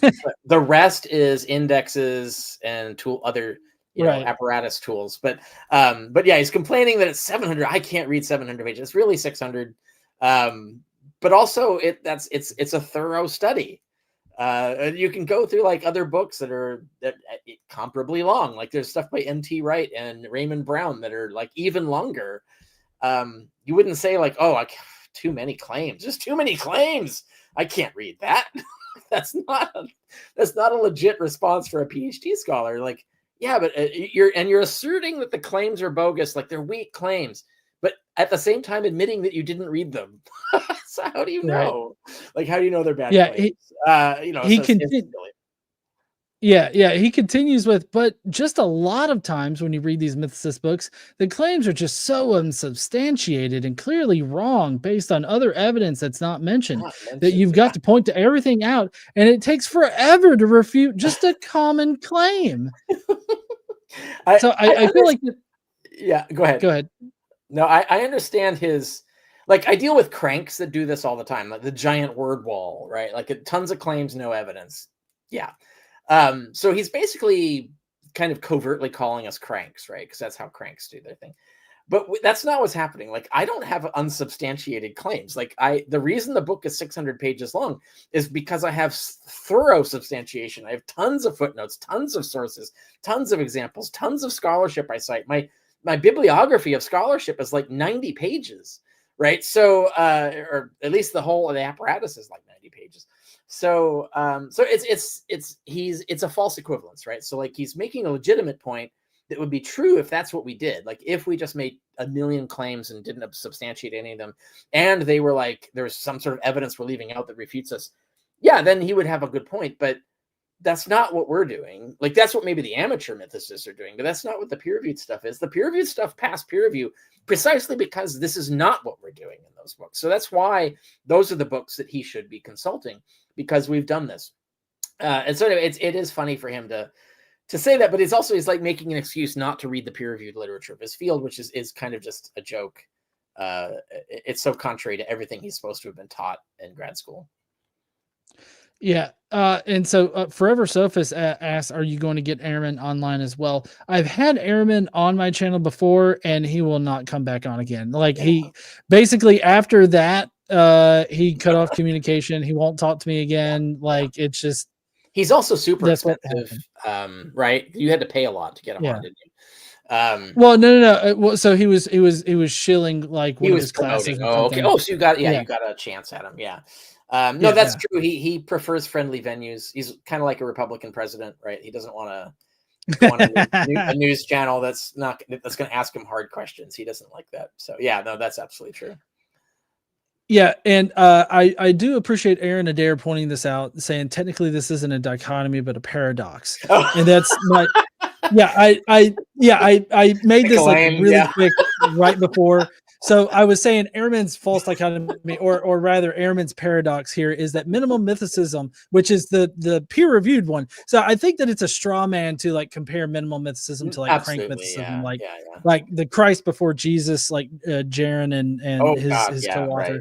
Yeah. I think that it's I don't think that it's fair to compare minimal mythicism to that. So like minimal mythicism, which is what he's complaining about here, has both too much evidence to refute and too little evidence to make it plausible. So it's a paradox. Yeah. Okay. So moving on, there's a lot to cover in your article there, Rick. Yeah. What I wanted to kind of focus on was I've always considered Paul to be like the best evidence that Christians have for historical Jesus, because he's our earliest. He's the most independent that we have currently. And so like if we're going to find evidence, then that's where it's going to be. And that's the only evidence we count positively, right? On the historicity of Jesus, I actually count passages in Paul as evidence for the historicity of Jesus. Now that's on the upper end of my margin of error. On the bottom end, I don't do that. I think that's being too generous. But on the upper end, like going as much against myself as I can reasonably believe possible, I do count that as evidence for Jesus, right? So yeah, I think Paul is it. Like that's, if you can't prove it from Paul, you're done. Given the state of the rest of the evidence. Yeah, and so I wanted to show how he employs Ehrman's circle here in order to interpret Paul and his beliefs. So he starts out by assuming that Jesus physically existed on earth, like Jesus existed. That's the assumption. And then he assumes this presumption. He uses this presumption when Paul discusses Jesus in any kind of way. He discusses it. With the exception, I'm just now thinking there is an exception where Paul admits that Jesus was a pre-existent divine being first, and then he became incarnated. But even then, he uses his assumption of Jesus being like a physical being on earth to interpret that incarnation, rather than just reading what Paul says. He seems to insert, some information in there. And then that implies that physical bodies only existed on earth. During the class, I got he made light of this idea that physical bodies could exist in the divine realm, or in the firmament, or in the heavens, or anything like that. He made it seem like, oh, that's just a wild, crazy fucking claim to think that they thought that there were physical bodies in heaven, when there's like, and just right off the top of my head, there's like the apocalypse of Moses, right? Or the life of Adam and Eve, where Adam, Eve, and Seth, I believe, are all buried in the celestial version of the Garden of Eden. Yeah, that's like right. In the third heaven. Yeah, right. Yeah. Yeah, in the third heaven. I just have to say, John, I have to say, like, this is just so many claims, I don't know. Like, I can't, like, clearly there's so many claims here, and it would just be too much work to like argue against even though they're like leaving out evidence. Yeah. Put it back in. Which is what my fucking book does. It does every one of these fucking things. Is I actually spend the time to let's look at every one of these claims and let's analyze them, and they don't hold up. Like, you're not interpreting the evidence. Like, you're just making stuff up, basically. Anyway, yeah, I just thought it was funny that this is exactly what he's complaining about, except I'm the one who's not doing this. I actually have the evidence and analysis, and I'm doing everything, whereas he's just making a bunch of claims where he's ignoring all the refutations of these claims, and he has no evidence for any of these things, and they're just claims. Like you mentioned, he's just assuming that if Jesus had a physical body, that therefore that means he was on earth. There's another example that you don't have directly on here, which is where he lists all the times that Paul quotes Jesus, where he says, I have a saying of the Lord. And it's like, yeah, I have a whole section on that. Like, don't you know what I say in the study, right? It's like, yeah, but you don't have any. Paul never says that those things were spoken by Jesus before he died, right? Like, Jesus, like Paul's talking to Jesus after he died, like his buddy. Like, he has internal monologues with Jesus. Well, I guess that's a dialogue with Jesus, depending on your ontology there. Okay, but and that's 2 Corinthians 12, right? Like, he's literally having a conversation with Jesus in his head, and he thinks it's real. So if he's just quoting Jesus, when did Jesus say those things? Like, do you have evidence does Paul say that this was something Jesus said before he died, or is this something Jesus said in a revelation after he died? Right? Like Paul never says, right? So you can't use it, but he just Ehrman does the Ehrman circle and just assumes, oh, well, he's quoting Jesus, so he must be quoting the ministry of Jesus. Therefore, it must be before he died, right? Like, but that's precisely what Paul never says, and that's the problem with this. And he never says it, which is especially weird. He never says that there was anyone who met Jesus before he died. That he never says that Jesus said anything before he died. He never says anything. Like, he never mentions any of this happening on earth.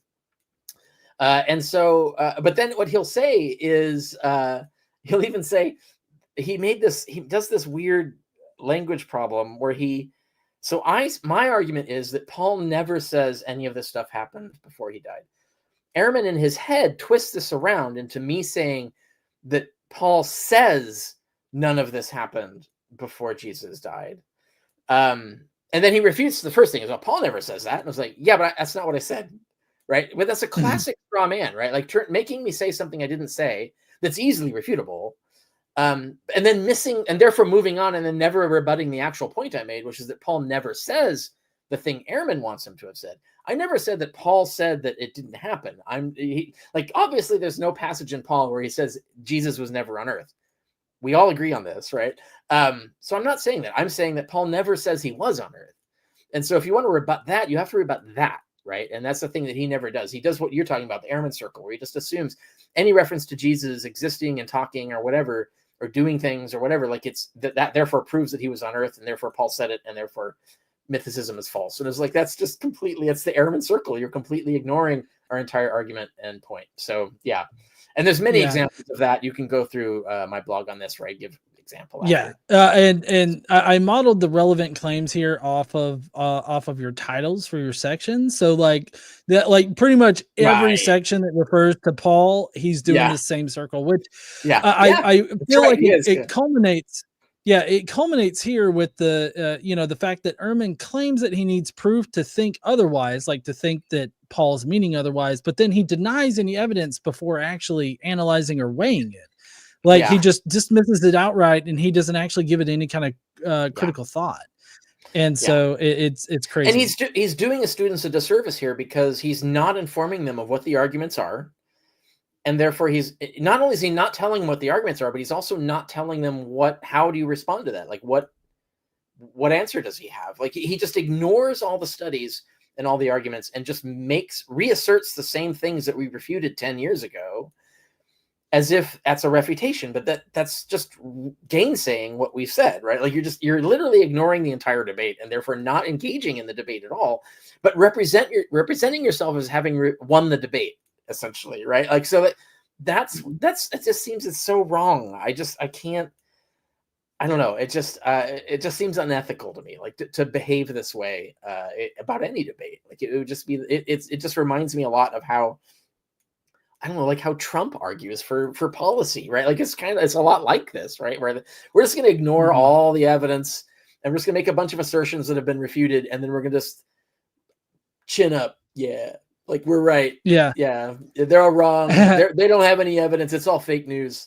right? Like it's that kind of like approach to epistemology, which is the one thing that he should have been trained out of him in grad school. Like this is, if you're getting a PhD in a history field, like this is exactly the behavior that you should have been taught is absolutely wrong, and not like the opposite of what you should be doing as a scholar, and certainly as a professor, as a teacher. But anyway, that's my soapbox on that.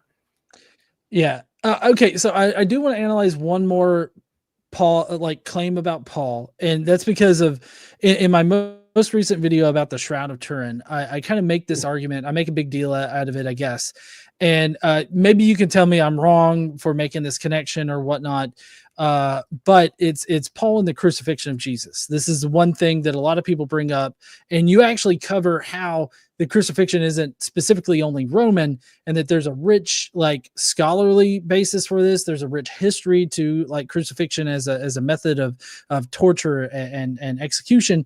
But I find it really weird that Ehrman just totally gets Deuteronomy 21, 22 to 23 wrong. But more importantly, he totally strawmans and misrepresents your argument about Jesus's crucifixion in Paul's or Paul's understanding, I guess.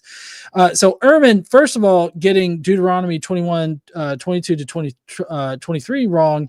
Ehrman, I believe, claims that you're claiming that it must be, let me pull it up here. It has to be that the Jews crucified everybody that was stoned to death, and that was something that was always done. And he says, no, that wasn't always done, kind of thing. But he says, just read that particular section of Deuteronomy, and you will see how wrong Carrier is. But that's not actually what is said. What is said, and I'm using the NRSV version of this. It says, when someone is convicted of a crime punishable by death and is executed, and you hang him on a tree, his corpse must not remain all night upon the tree. You must bury him that same day, for anyone hung on a tree is under God's curse. You must not defile the land that your Lord, that the Lord your God has given you for possession. Now, your actual source for this is Mishnah Law, Sanhedrin 6:4. He thinks that you're only deriving this from Deuteronomy. And the reason is because he's reading JFOS and not OHJ, right? So he quotes, so he just assumes, this is a classic example. He just assumes that my colloquial summary, which doesn't have the footnotes and doesn't have the extensive laborious discussion of the evidence and scholarship. It just quickly goes through a summary of it. He thinks that's all I've got because he somehow thinks that the colloquial pop market summary is everything there is, when he should be reading the peer-reviewed study, which actually has all the scholarship that he's supposed to be interested in on this, including, like you said, like the citation of Sanhedrin 6, right, where it's very clear. And he kind of hints that, oh, well, that's a late source or whatever. But we also have Josephus, who's not a late source. Josephus confirms it. We have tons of corroboration of this. And I cite multiple scholars. So basically every scholar who's ever done a study on the vocabulary of crucifixion and its relationship to Jewish execution, all of them, 100% of them, all agree with me. So Ehrman's like this armchair, like just spitballing, like, oh, Carrier doesn't know what he's talking about. No, actually, I'm siding with every expert against you, right? Like Ehrman's by himself on this. But yeah, also the fact that he thinks that my only evidence is Deuteronomy is because he's using this invalid amateur method of just reading a summary rather than the study, right? So he basically sucked himself into this funnel spider trap by making that mistake. And it's really an amateur mistake to make. Right. But there's also a problem that when he reads Deuteronomy, he's, like you said, he's reading, even if he reads the Hebrew, I wonder how well, I'm not a Hebrew speaker. I don't know how much Hebrew Ehrman knows. I assume he's good at it. I assume that's a thing that he mostly does Greek textual criticism, but I assume he's a master of Hebrew. I don't know. But he's not looking at the Hebrew, I guess. But when I look at the experts who talk about the Hebrew, they point out that in this passage, so when Ehrman looks at this verse that you have quoted up here, he's like Clinton with the definition of is. Depends on what you mean by is, right? Like, so when it says executed and you hang him on a tree, Ehrman is reading that as a conditional, which means like, oh, just like, so you execute a bunch of people, occasionally you might hang them on a tree. So like, and if you hang him on a tree, right? So it's distributing the when. So when someone is convicted and when you hang, so it's like two conditions and maybe they're not always met. But the Hebrew is actually harder than that. It's actually a more forceful conjunction.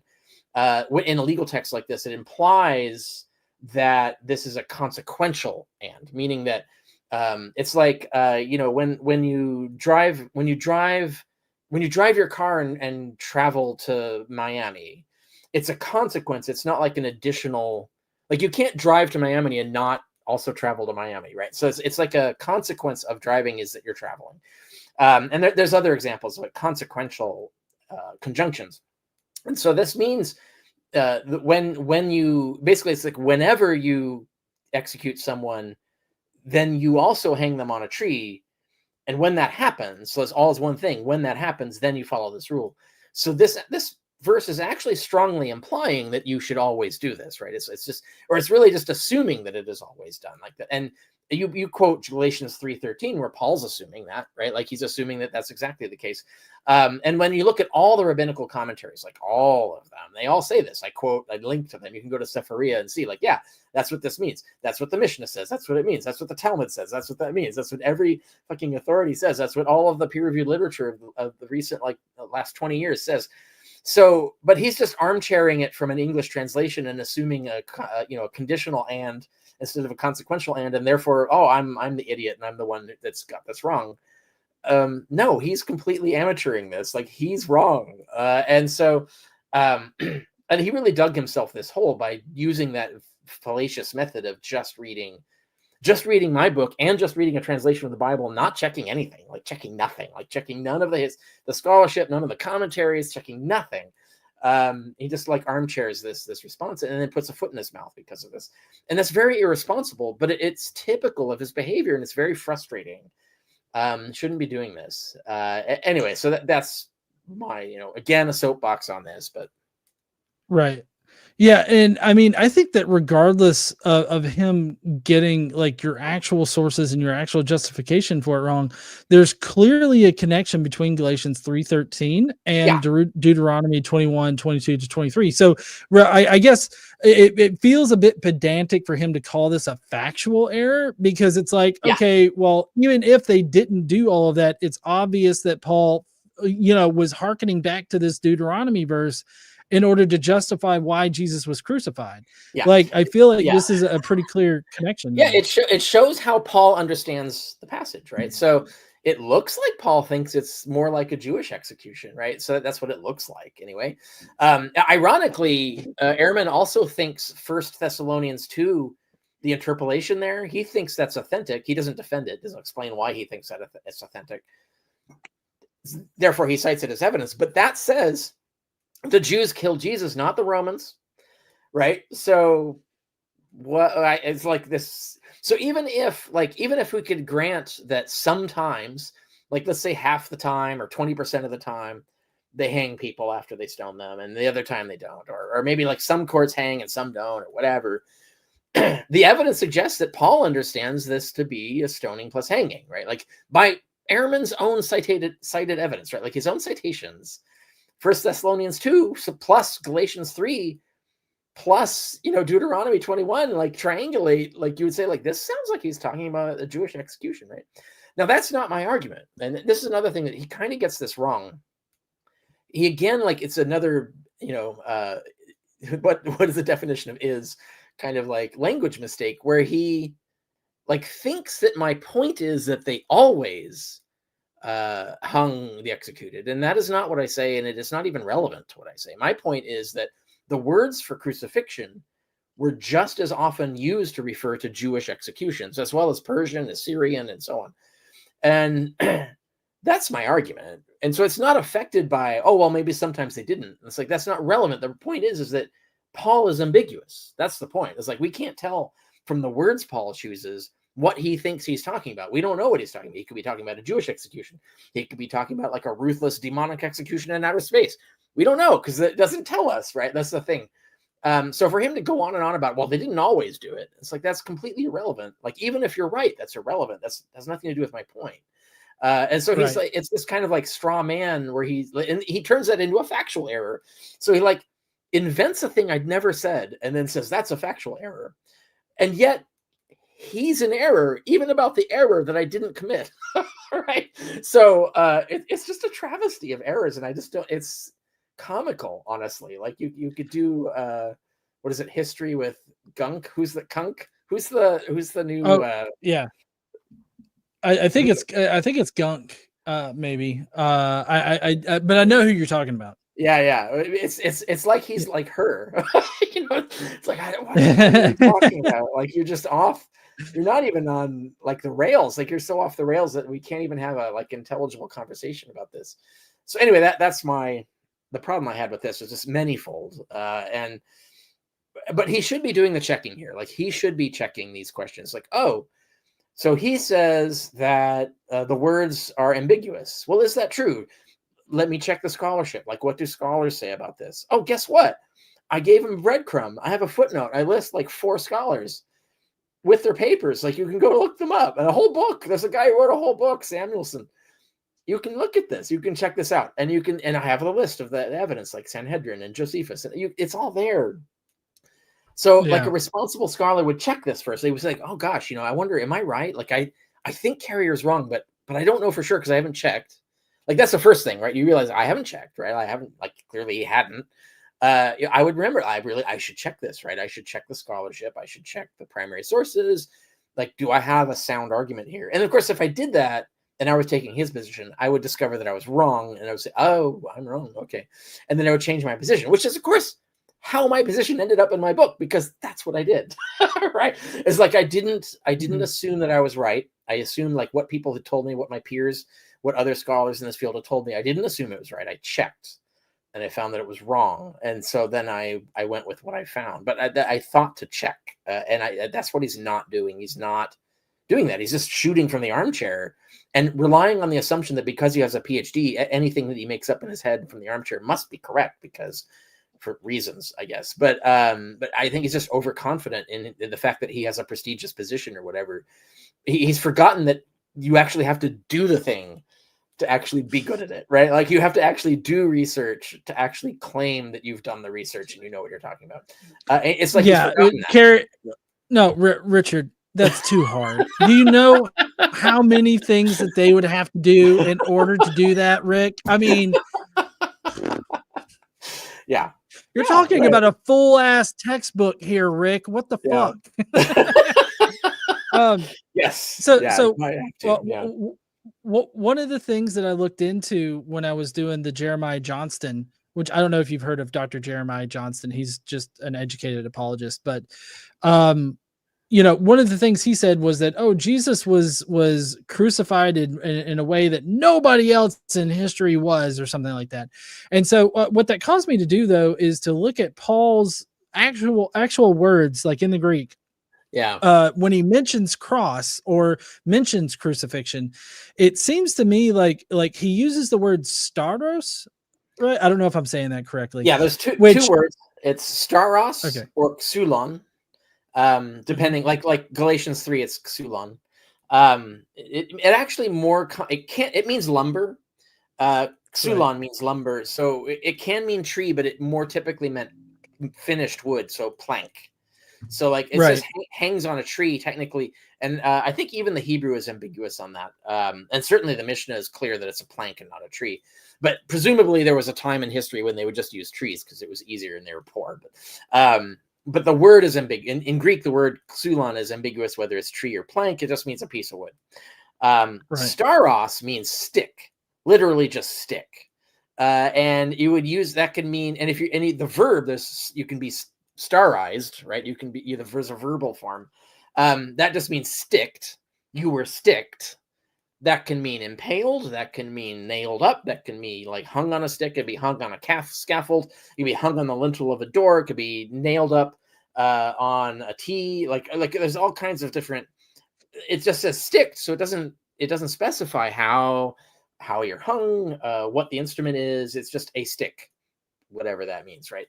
And so it's ambiguous. Paul is never gets any more specific than that, and so that's right. You can't do anything with that, right?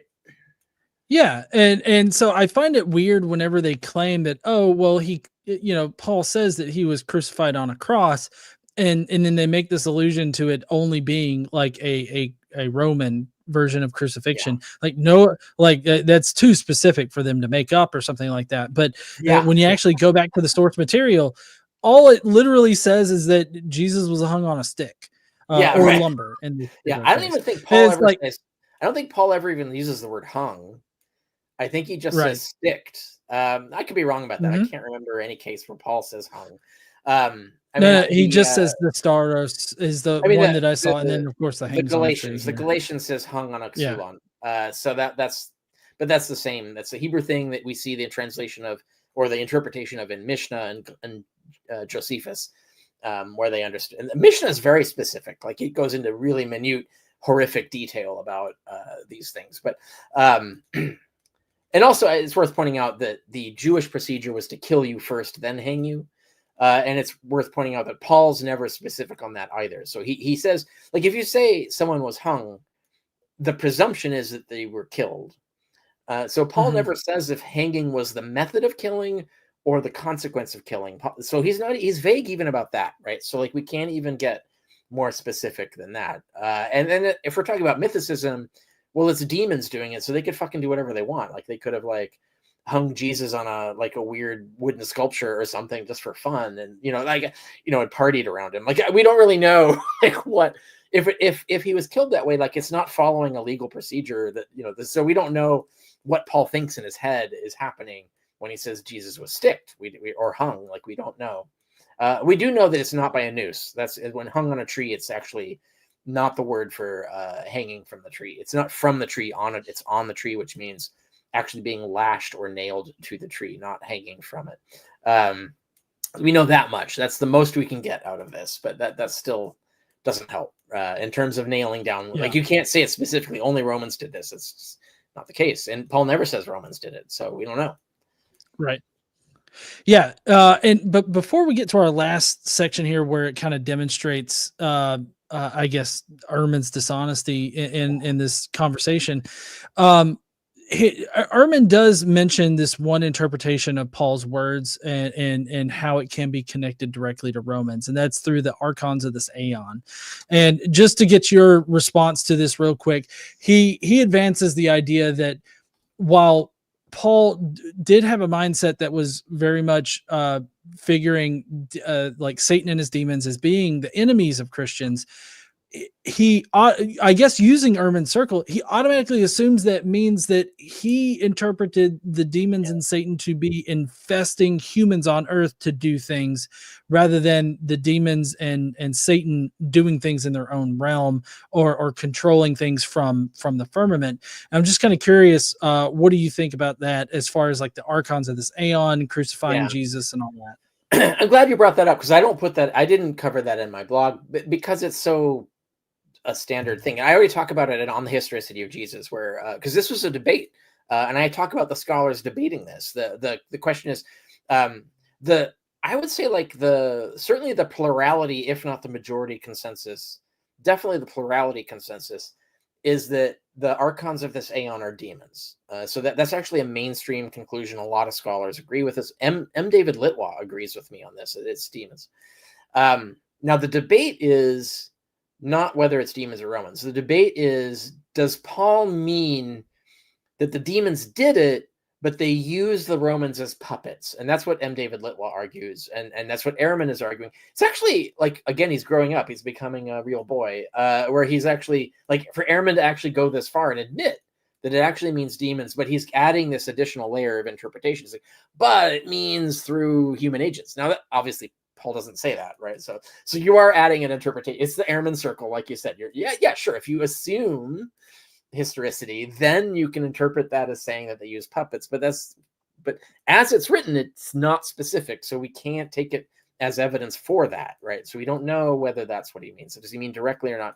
I think on balance, it can't mean that, because Paul would have said that, right? Like, he would say, and also he would say that, but also, like, the whole argument in there doesn't make sense from other perspectives. But it's still ambiguous, right? So you could say, yeah, maybe they use puppets, but it's not what he says.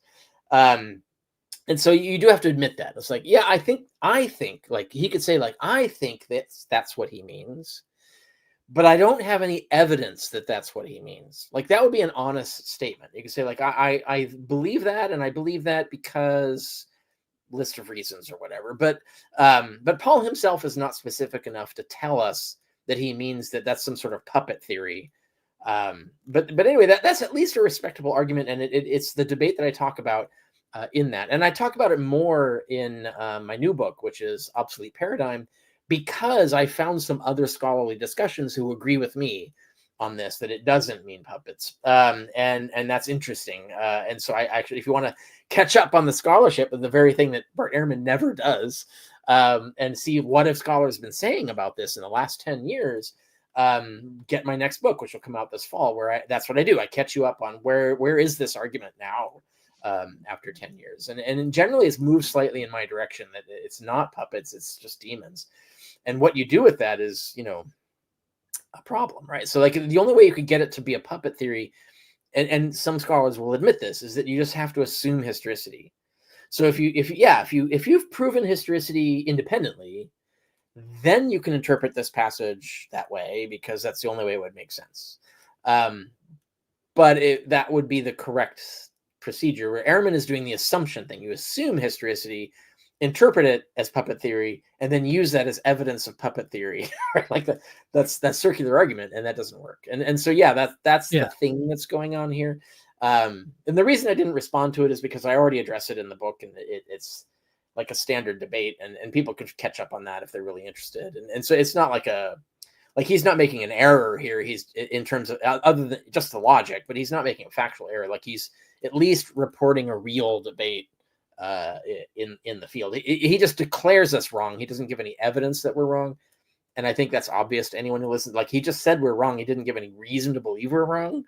And so why respond to that? Like there's no evidence to respond to. Like, he just gainsaid us. And so anyway, that's why I didn't cover it in the article.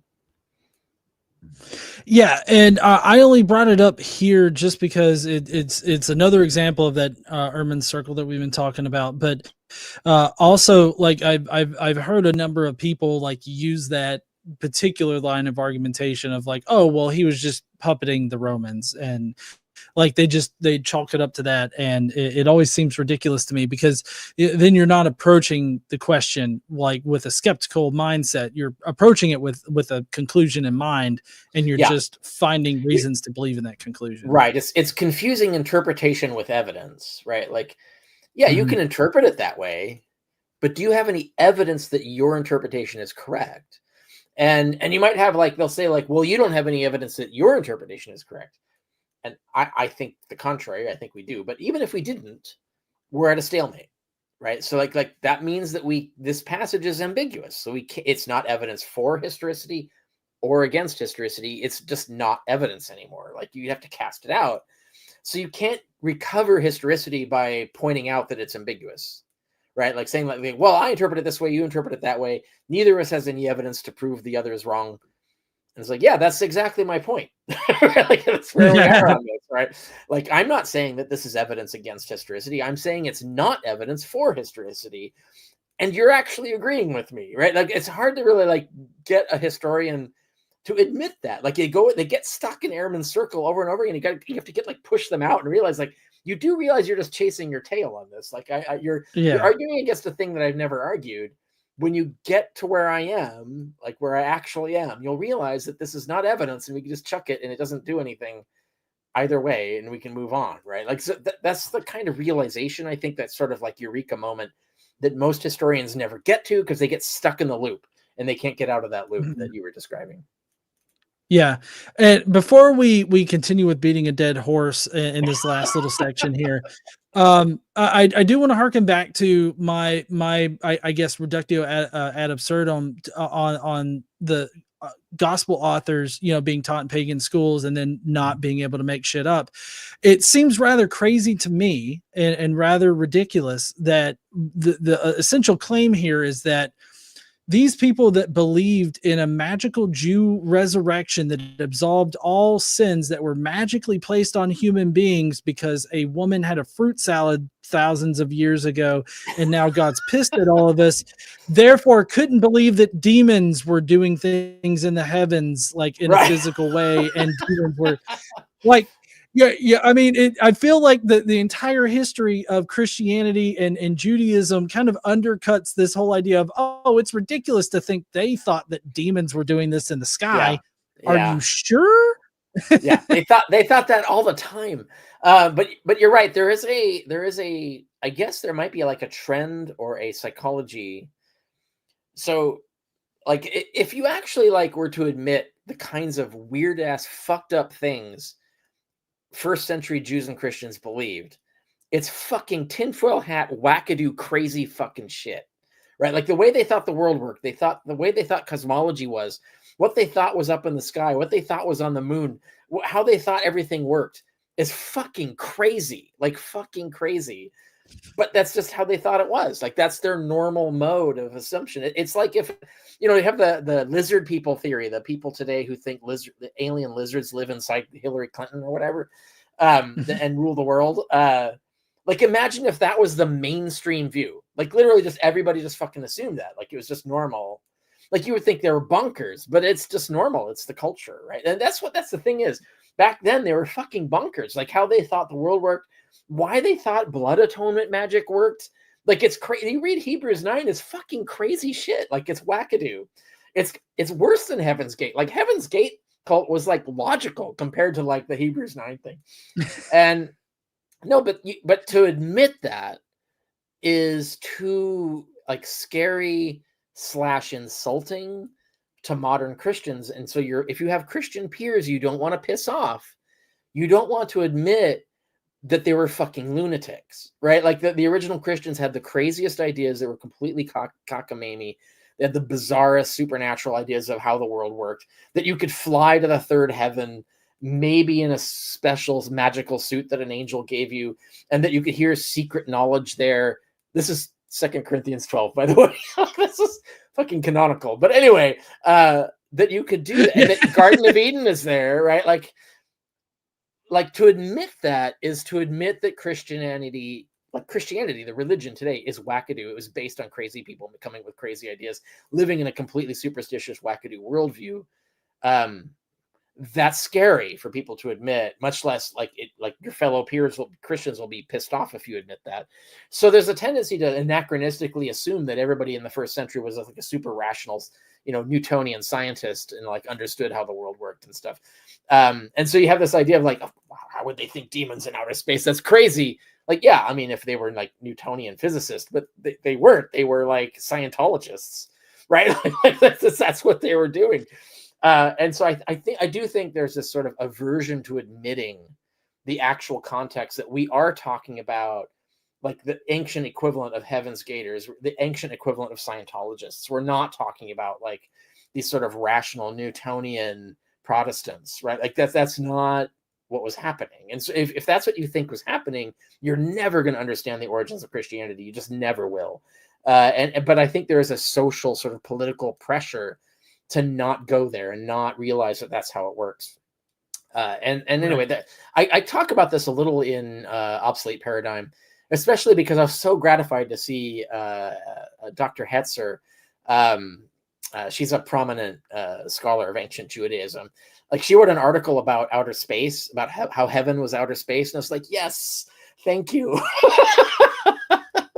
Like people are like, that's crazy. Like, yeah, it is crazy, but it is what they believed. Like heaven was outer space. There's no difference. And so she did a whole like peer-reviewed study of this, and so did Robin Faith Walsh, by the way, which was that was nice to see. Anyway, so in the book I talk about this. Like, yeah, where is the scholarship gone since I published it? Yeah, they're going in my direction. They don't know that they're heading, where they're heading. They don't know what's over the hill, but they're heading up towards that hill. On all of these things. So anyway, a lot has happened in the last 10 years that's actually been very interesting and very positive, even though the scholars doing it don't realize like the end game that they're actually helping win, essentially. Yeah. For anybody that doesn't know, we're actually currently in the process of recording Obsolete Paradigm, the audiobook. Casey's the voice for it, and I'm editing it up. I've almost got the first chapter done, which I know I've been incredibly busy, but I plan on booking it here in the next month. We've got 5 chapters recorded. I just got to get off my ass and edit it. But I'm gonna have Obsolete Paradigm memorized, I feel. But it is so far. It is an awesome book, and I can't wait for it to come out. Yeah, now, I'm very happy with it, I have to say. Because I'm also doing the final proofs to send to the printer, and so I'm like reading that, and I'm like, yeah, okay, this is really well written. I'm really happy with this, and it has a lot of really golden information. Like it really does move the ball forward. So I'm like happy with it. Yeah, and it is it's peer reviewed as well. So yeah, it's a complicated story on that, but yeah, no, it is. Yeah, and so this will be the 3rd book along this sort of line of thought, right? Because you got Proving History, which is a great like just base for doing historical research and historical methodology. And then there's On the Historicity of Jesus, and then now you're going to have Obsolete Paradigm that follows that up. So yeah. Plus all the articles on your blog, which are great. Oh, peer-reviewed articles, yeah, like on Hitler, Homer, Bible, Christ. You got a bunch in there, and then just in general. I do have a new peer-reviewed article coming out next. It's already past peer review. It's just waiting for an issue to appear in, and that'll show up next year. I'll announce it when it comes out. And I've got others in the pipe, so stuff is happening. FYI. Nice. Cool. Okay, well, this next one, I'm not trying to beat a dead horse about this. Okay, I know, like it's I've discussed it too many times on my channel already, but it's a little bit of a twist here because I'm not actually complaining about what I'm complaining about what Ehrman is saying, but in kind of a different way. So that's Paul and the Brothers of the Lord. Yeah. You go through this a little bit in the in your blog post, I think. Here, so first of all, he mentions Galatians 1:19 as well as 1 Corinthians 9:5. But what he says about Galatians 1:19 is that, quote, he never uses the term brother of the Lord for believers in any of his writings that we have. They are brothers and sisters, but he means they're brothers and sisters of him and one another because they're all brothers and sisters in Christ. He does not use this word brother of the Lord for believers anywhere. Now, he does confuse. Ehrman circle. Yeah, it's the Ehrman he circle, does confuse. Oh, go ahead. Yeah, Well, that's the Ehrman circle. yeah, He's exactly. He assuming does. that these are not examples of the very thing that he claims that there are no examples of, right? So anyway, yeah, but go on. Yeah, so I feel like he's confusing both the James of Galatians 1 with the James of Galatians 2. And I know that it's a little bit of a debated topic, but I feel like Yeah. the evidence that separates these two is pretty clear cut. And so he doesn't even he doesn't acknowledge that particular debate like whatsoever. Like he No, presents yeah, this as he if it's doesn't like discuss hardline it. Yeah, knowledge. right. He doesn't show any Yeah, sign of having read even the chapter in Jesus from Outer Space, right? So like I have a whole chapter on this, right. but he never responds to any of the arguments in it. So like he didn't even read it. He just like armchaired all of these things. I'm like, these are already answered in the book. I don't understand. Like even the like pop market book that you're inappropriately responding to, much less the peer-reviewed study. But no, yeah. So yeah, I And don't know. and It's just he's definitely just not responding. It's a non-responsive argument. It's a bunch of armchair stuff. right. I found this rather interesting though, in that I guess this is just more the Ehrman circle, but the quote that I have for confusing James and Galatians 1 with the James of Galatians 2, he says later he's, meaning Paul, going to say that there are three pillars of the church in Jerusalem: Cephas, James, and John. So Cephas is John. Cephas and John are the two disciples, Peter and John, the son of Zebedee. James, he identifies as the brother of the Lord, but James, the son of Zebedee, the disciple, was early martyred in the book of Acts. I thought that was rather telling because it seems like he's interpreting Paul through the books of Acts or the book of Acts. That's a problem as well. Yeah, that's absolutely true. Also, there's a whole garble here. Like it would take an hour to untangle this mess. Where he uses the word in Christ. There's a whole like error like mode there, but like in Christ is the wrong phrase, yada yada. And then the whole James, like which there's multiple apostles James. And also, yeah, like you were talking about the Acts, like, yeah, he is supposedly like he's beheaded, I guess, in the book of Acts, but it is not actually very clear when, much less how that relates to the events that Paul is talking about in Galatians, because Paul's talking about the past, right? Hang on, I gotta sneeze. Damn it. Got pollen going around. Pollen plus humidity is not great in Georgia. Anyway, I agree. So in Galatians, he's writing about the distant past. So like the time that he's writing Galatians is not relevant to the things he's talking about, right? So like trying to align the death of, even in Acts, like even if you believed Acts, like trying to align the death of that James with the events that Paul's talking about, like it's harder to do that. Like this argument is very dodgy. Like it's like you're really just betting on a lot of weird assumptions in terms of chronology and all, and the reliability of Acts and all of this. So it's kind of a mess because it's like he's sort of like throwing the kitchen sink at a problem, but it's really like 3, 4, 5 different apologetics that he's sort of conflated together, and he's not articulating any of them very well. So like the students are going to be confused. Like, what are you talking? I'll bet the students didn't even know what he's talking about. Like, what are you talking about? Like, 'cause he never gets to the explanation of why that's relevant. Anyway, it's a mess, and so it doesn't really respond to anything that we've said, and he doesn't even clearly articulate the position that he's supposed to be arguing against. So I think like his students are going to be confused. Like, what is the position you're arguing against? Like, why is this relevant? I can't follow this. Like, if you read the transcript, like it's almost like in his head, he's having an argument with someone and you can't hear the other side of the argument. So you don't know what he's talking about. So it's just not very productive in terms of like responding to any of this. I agree. And then third and finally, I feel like what Ehrman is doing is he's misattributing Paul's theology, just like your statement of what Paul's theology is, for you making an argument that's supporting the interpretation of Galatians 1:19.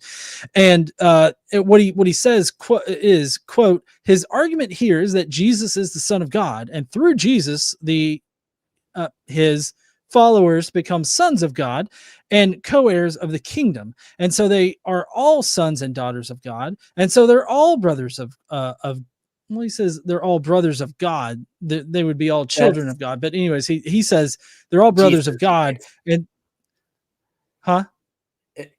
yeah, you're right.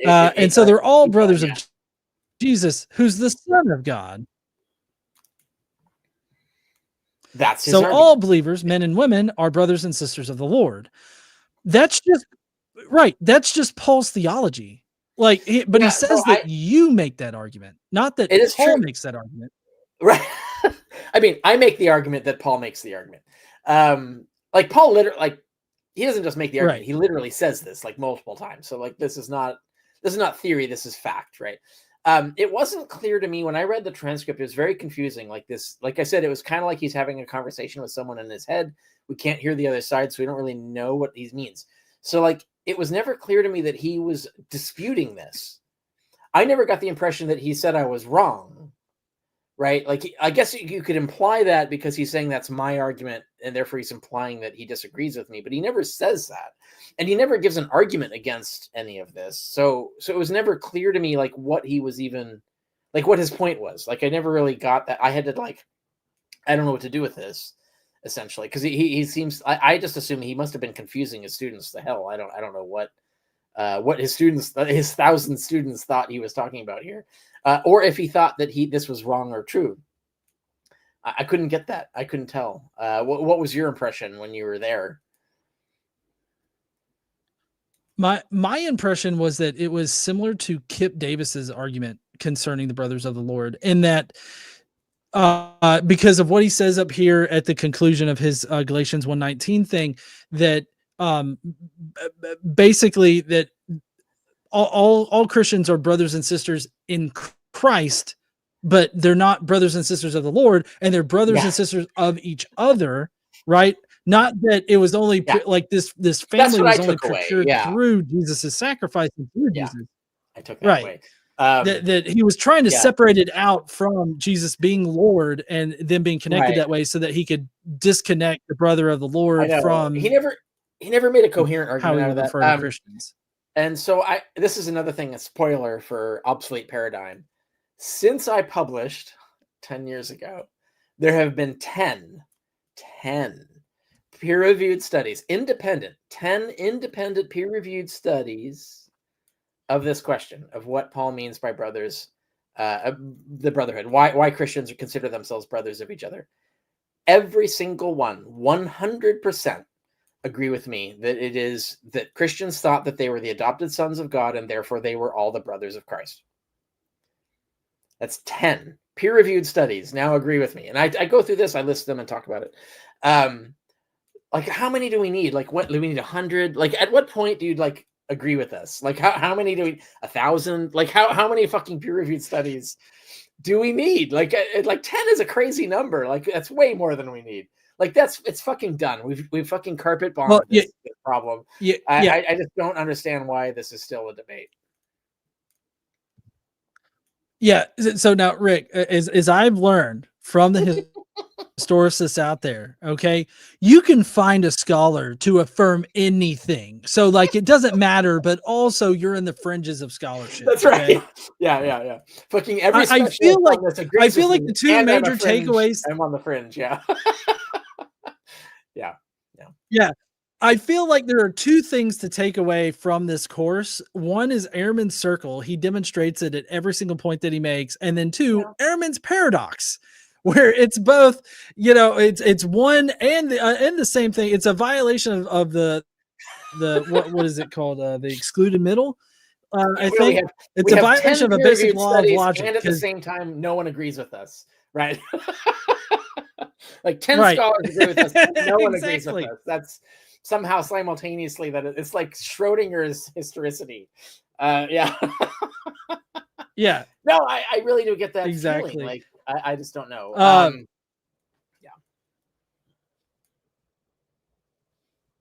Yeah, I was gonna. I started listing off all the interesting sections that I feel like is not regularly discussed. I'm not suggesting that we go through these, but I did want to highlight these for people to go down and below, read Rick's blog about this. I think the Talmud and the Epiphanius attesting a different chronology is very interesting. Of course, we covered crucifixion was not distinctly Roman. There's also a popular claim that's normally made is that, like, and I heard this from Jacob Berman, I believe, over there on History Valley. He said that we have no other cosmic crucifixions. We have no other instances of people being crucified in the exact same way as Jesus was, or no, yeah, as Jesus was on earth. And so there's just no plausibility in him being crucified in heaven. And then another thing is the church controlling almost all of document selection, which a lot of people want to attribute this to, like, malicious. Yeah, we did. You mentioned it. And I was thinking at the time, like, there was malicious, like, cutting of sources and everything like that. Just destruction of sources. We've got blatant evidence of that, but a lot of times people don't understand evidence. Yeah. Right. Yeah. We did talk about that, like his assumption that, we would surely have all these enemies in all their documents, but that's false. Like we know for a fact we don't, because we have them referred to and they don't have them. Yeah. The cosmic crucifixions though, that's funny. Cause I didn't know about Ixion. I talk about it in the blog article, but a reader told me about Ixion, and I found a dissertation. I talk about this in Obsolete Paradigm. I found a dissertation by someone who did Ixion. So he's this guy that the gods crucified in outer space, and we have art showing it. He's in the sky crucified. So we have this, right? But also we have Inanna is crucified in the underworld. So that's a weird cosmic place. It's not, it's not in the sky, but it's in also an alternate universe, or an alternate part of the universe. It's not on Earth in the normal sense. We have Osiris, who's killed in outer space explicitly. It doesn't say crucified, but why does it matter the method of crucifixion? Like if people die, and people can be killed maliciously in outer space. Like if you can do that, you can do it on a stick. Like it doesn't, like the stick is irrelevant to this, right? Yeah. What you're gonna say? You were going to ask a question. Well, I was just going to ask real quick. Do you think that the way Paul understands scripture, the crucifixion in whatever way it happened was theologically necessary at that point with his understanding of the Old Testament? Because it seems to me like saying, why would they choose Roman crucifixion? It's like, well, that's because that's what their scripture said. For this particular situation, the way that they were figuring Jesus to absolve sin, it necessitates crucifixion or I don't know if death in that kind of way. I do think they got it out of scripture.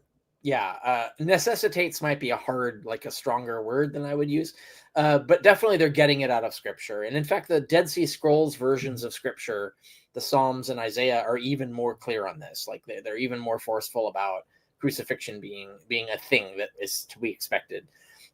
So they're easily getting it out of scripture. And yeah, you don't need alternate examples. Like they're getting it out of scripture. So even if they were the first to come up with this, that doesn't argue against them being the first to come up with this. Like you could never argue like, well, Scientology can't have a space alien being a leader because you have no other examples of space aliens using volcanoes. Like, so clearly they can't have come up with that, right? Like that's, you know what I mean? Like that's not, it's not a logical argument. So that's also true, but also at the same time, we have precedents. So like the premise is also false. So the argument is bad and the premise is wrong. And so, yeah, that's also true. The other point you listed on there was Epiphanius. I was astonished that he spent 2 pages of the transcript. I don't know how many fucking boring minutes that was. 2 pages. And this is like small text, like single spaced. So I don't know how many minutes that was. On the Epiphanius slow chronology thing, that's not even a major point in my art. Like he was really upset about that. Like he went on it. Like he clearly didn't know what he was talking about. Like he did no research on it. He just thought it was weird and like, this is crazy. It can't be true. And there's all these confusions. and he gets wrong everything I said. It's just like one of the most comical like attempts at refutation ever done about something that's so massively trivial that's not even a central part of any argument I make. It was just weird that got his goat. Like he went so long on that. Anyway, I address it in the blog, so people can catch up on that there. But it's not a really big deal. It was just kind of weird that he was so triggered by that. I don't know what the deal is. Yeah. No, yeah, and I definitely like I did some querying online about more specific stuff, and like I mean, Ehrman's just flat out wrong in his understanding there. Yeah. I do. All talk right, about so that's all my so. notes that I had as far as like how bad his class was. Okay. Do we have any questions or? So we do have a couple of super chats. Yeah. So we got Mario Marufo, who says, Dr. C, what do you think of my assessment that for Ehrman to thoroughly go through mythicism and accept the likelihood of it would require him to go through something like the grieving process? I haven't thought about that. It's worth thinking about in terms of, you're right, like the psychology of letting go of something that you built your career around. And I think the psychology is different here, but I do think that's true. Certainly, whether it's true of Ehrman or not, I do think that's true of a lot of historians, that they would have to like admit that something that they cherished is dead, and that can be hard, and especially for Christians, because they have such a hard time accepting the death of someone that they really like convince themselves delusionally that they're still alive forever, right? So that tells you that they have a hard time letting go of things. So I do think, I think that's a part of some people. I do think Ehrman's got another psychological thing going, but that's my own suspicion. Yeah. And then we got Timothy, who says, for your next book, did you find any scholars who take your methodological criticism and proving history seriously? In my opinion, proving history is your most important work because it could even make historicism better. Yeah, the answer is yes. I have a section on that where I talk about it's been cited and used by numerous scholars since. Now, everyone is ignoring them. So, there's a lot of scholars who say, yeah, this is a great idea. We should run with this. But the field is like, fuck no, we don't want to do anything. We don't want math. Fuck you. There's still this sort of hostility, this anger, this rage against math. These are the people who insist that their entire field is about probabilities, but they don't want to admit that probability is math. So anyway, I don't know what to do about that. But anyway, there are many scholars who've jumped on this bandwagon, have published studies using the methodology. Like, I'm not alone in this. So, but they are like, they're being ignored essentially. And so that is an issue. But it's gratifying to see that there are multiple scholars who figured this out and think that, that's a great idea. We should run with that, and use it to do like even like arguments in unrelated subjects. So so there's historians who've published monographs on obscure arguments in biblical studies that aren't really directly relevant to my work, but are using the proving history Bayesian methodology. So that is a thing.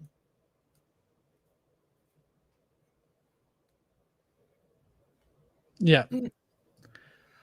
Next is Kristen Hood, who says, did Ehrman spend much time on his own position that Paul believed Jesus was a pre-incarnate angel? No. That's a good question. In the lecture? Yeah, in the lectures, no. I can't. I'm not sure he even spent a single whole sentence on that. Like, he didn't go into it. Yeah, it's like he thinks that's irrelevant to the debate. He didn't. That was the impression. That was the impression I got. Yeah. Forever Sophist asked, why is mythicism a minority view in the scholarly world? Is it still due to societal pressure of Christianity? I think yes. Even when it's not overt, right? So Ehrman, I think he has his own sort of like social status reasoning. But in terms of thinking, like, I think a lot of historians want this to go away because it's for them like a social third rail. And and so that's the reason why you don't see a lot of bandwagoning going on. Like it's too dangerous. It causes too much harassment, too much pressuring from your peers. It's going to cost too many spoons to defend it. So it's easier to just avoid it and hope it goes away. I think that's definitely the case. And that is ultimately it's pressure from Christianity. It stacks down, like Christians pressure secular peers pressure other secular peers. So it's indirect, but it's the same kind of manipulation and social control that Christianity has always done on every subject. And it's the same thing that was done to Thomas Thompson, right? Thomas Thompson in the 70s when he, produced a really thoroughly good evidential argument that Moses was bogus. That was no bueno, right? So like they really tried to kill his career. They tried really hard. And in his case, he was dependent on having a career so they could hurt him, and they did actually hurt him. And me, I'm independent, so they can't fucking do anything. So like that I think that also pisses them off because they can't fire me. Like there's no university they can pull the strings of, right? To fuck with me. So that's what allows me to be independent about this. Is there's all their levels of power that they've created, they can't use on me. But they did try to use them and did use them on Thomas Thompson. And consequently it took basically the deaths of the old guard. Like people had to die off and new scholars had to come in before they would start to say, yeah, he's kind of right. And now it's kind of like the mainstream consensus, right? Like, oh yeah, Thomas Thompson and Moses is mythical. Yeah, we all agree. But it's like as if that was like there was no horrible coercion campaign for 10 years back then. And there are other scholars who've written about this. So like Philip Davies wrote about this. Like let's not forget the shit we pulled on Thomas Thompson. You're doing it again on mythicism. Like he actually wrote an article. It's like, you're doing it again.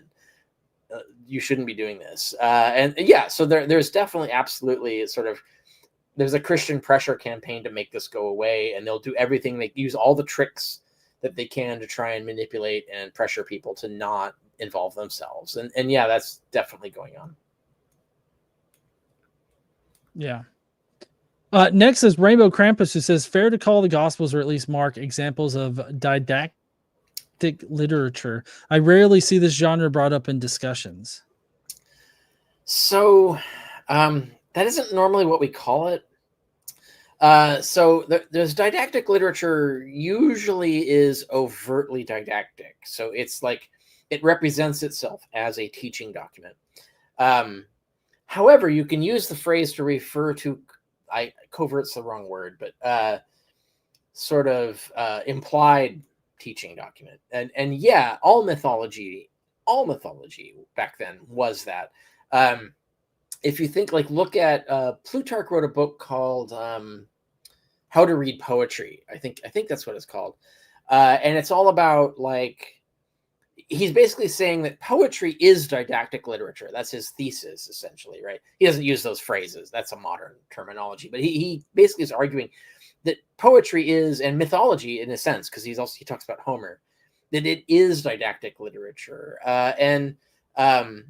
So if you take it in that broad sense, if you even include mythology as didactic literature, then that's true, because the Gospels are definitely, their goal is to teach things. And also, not just to teach things, but to provide material for teachers to teach things. So if you go through the gospel, you have the classic example is the scene where Jesus, the family comes, Jesus is preaching and the family comes and he says, "Oh, they're not my family anymore. You guys are my family." And then there's another scene where they say, "Well, I can't perform any miracles in Nazareth because no one believes. There's no faith here." And so these are stories you can tell when you run into the exact same circumstances, right? So it's the family is trying to pull Johnny out of our congregation because they don't like him associating with us. They say, but no, look what Jesus said. Even Jesus renounced his own family and says, "We are your real family. Who should you be with? Should you go with them or you should go with us?" So the stories become ways to teach things and influence people. So the stories are designed for that purpose. Another example is Paul talks about how people thought Christians were crazy. And he warned about like the speaking in tongues. Don't do that in public. Because people think we're crazy. It's a bad public image thing. Like it causes problems for our mission, right? So don't do it in public because people think we're crazy. But then you have like in the gospel, Mark, you have like Jesus, people are accusing him of being crazy. And he has like pithy statements about how he's not crazy. And it's like, that's a perfect story to tell. When people say, you guys are crazy, let me tell you a story about Jesus. They called him crazy too. And then, you know, that's what these things are. They're like, whenever you see like preachers go into like these stories. I was on an airplane once and I turned to someone and I said, what are you reading? And he says, I'm reading a book that's convincing me to seek the power of Satan to destroy Christianity in America. And they have this whole like story. You know, it's a fucking made up story or like it's bullshit, but it's meant to like convey some sort of lesson, right? Like you tell a fictional story, you represent it as true, but it's really like the message is the important thing. And yeah, that's absolutely what the Gospels are doing. And I talk about this in Proving History. I talk about it a little bit also on the history of Jesus. I give examples that this is what's going on in there. And I've had scholars like say, no, that can't be what they're doing. I was like, it's kind of self-evident that that's what they're doing. But anyway, so it's a debated thing. There are scholars who agree with me on that, and there are others who disagree. I think the evidence is clear cut. Anyway, I hope that answered the question. Yeah, I think it did. Aaron Adair asked, sobriety check, answer this. How much wood would a woodchuck chuck if a woodchuck could chuck wood? Yeah, how much wood would a woodchuck chuck if a woodchuck could chuck wood? Oh, I screwed up on the wood. I said could instead of would. No. Anyway, failed the sobriety test right there. That's as bad as going, I'm touching my nose. No, actually, I could have done that sober. I could have made that mistake sober. That's actually totally a problem. Yeah. No, I got you. Inane Glory asks, why are there obvious influences of the other first century mystery cults on the Gospels so discounted by Bible scholars? Yeah, so that gets to motivation. So here's the thing. It's like when propagandists will never admit and hate when you suggest that they have ulterior motives. So I can tell you what I think. Like, they're not going to say this, but I'll tell you what I think. I mean, and you get this in Jonathan Z. Smith and all the other, who's been refuted, by the way, this is another thing, obsolete paradigm. Jonathan Z. Smith's book, Drudgery Divine, has been fucking carpet bombed by peer-reviewed scholarship since then. I'm so happy to see other people carrying the water on that. But it's clear that, and this, so to give you an example, so there was a turn, I want to say it was in the 90s, I'm not sure about the timeline, where there was a sort of movement in biblical studies to admit that Jesus was Jewish. And you think like that, yeah, that's obvious, right? But no, it wasn't, right? Like, so like it made a big deal in terms of reinterpreting everything in the New Testament. It's like, no, if you just admit that Jesus is Jewish, like it changes everything that you understand about the Gospels. And there was pushback, and it took a while to like force this through. That was hard. That was a hard pill for Christians to swallow, because they can't have that, right? Like Jesus has to be special. He has to be like he's a creator of a new paradigm. You can't just say he was just like an ordinary rabbi, right? Like that can't be. Now, of course, now it's mainstream to just accept that. And in fact, it's so mainstream that they will accuse you of anti-Semitism if you even deny that. But it's true, right? Like clearly, if Jesus existed, he was fucking Jewish. Like that's, and everything he's saying is actually, and if you look at through the lens of Judaism, everything in Christianity makes a lot more sense. So that's true. Now, if you were to, but it was hard to even admit that, even though it's like fucking in the Bible, it's like obvious that Jesus is Jewish and that Christianity is a sect of Judaism. That was a rough pill for Christians to accept. Can you imagine if you were to go one step further and say, oh, actually, it's kind of pagan. It's not just, it's a syncretism of Judaism, paganism, fucking paganism, satanic, demonic paganism. No, they can't have that either, right? Like, so yeah, that's the pushback. It can't be. It's like Luke Skywalker, clinging to the thing with a missing hand. Like, it's impossible. It can't be. And so, yeah, you get this resistance to the idea that actually is a syncretism. We would not have this problem explaining Mithraism or Osiris cult. Saying Osiris cult is a syncretism of Egyptian religion and Hellenistic mystery cult. People are like, yeah, that's obvious. Like, of course.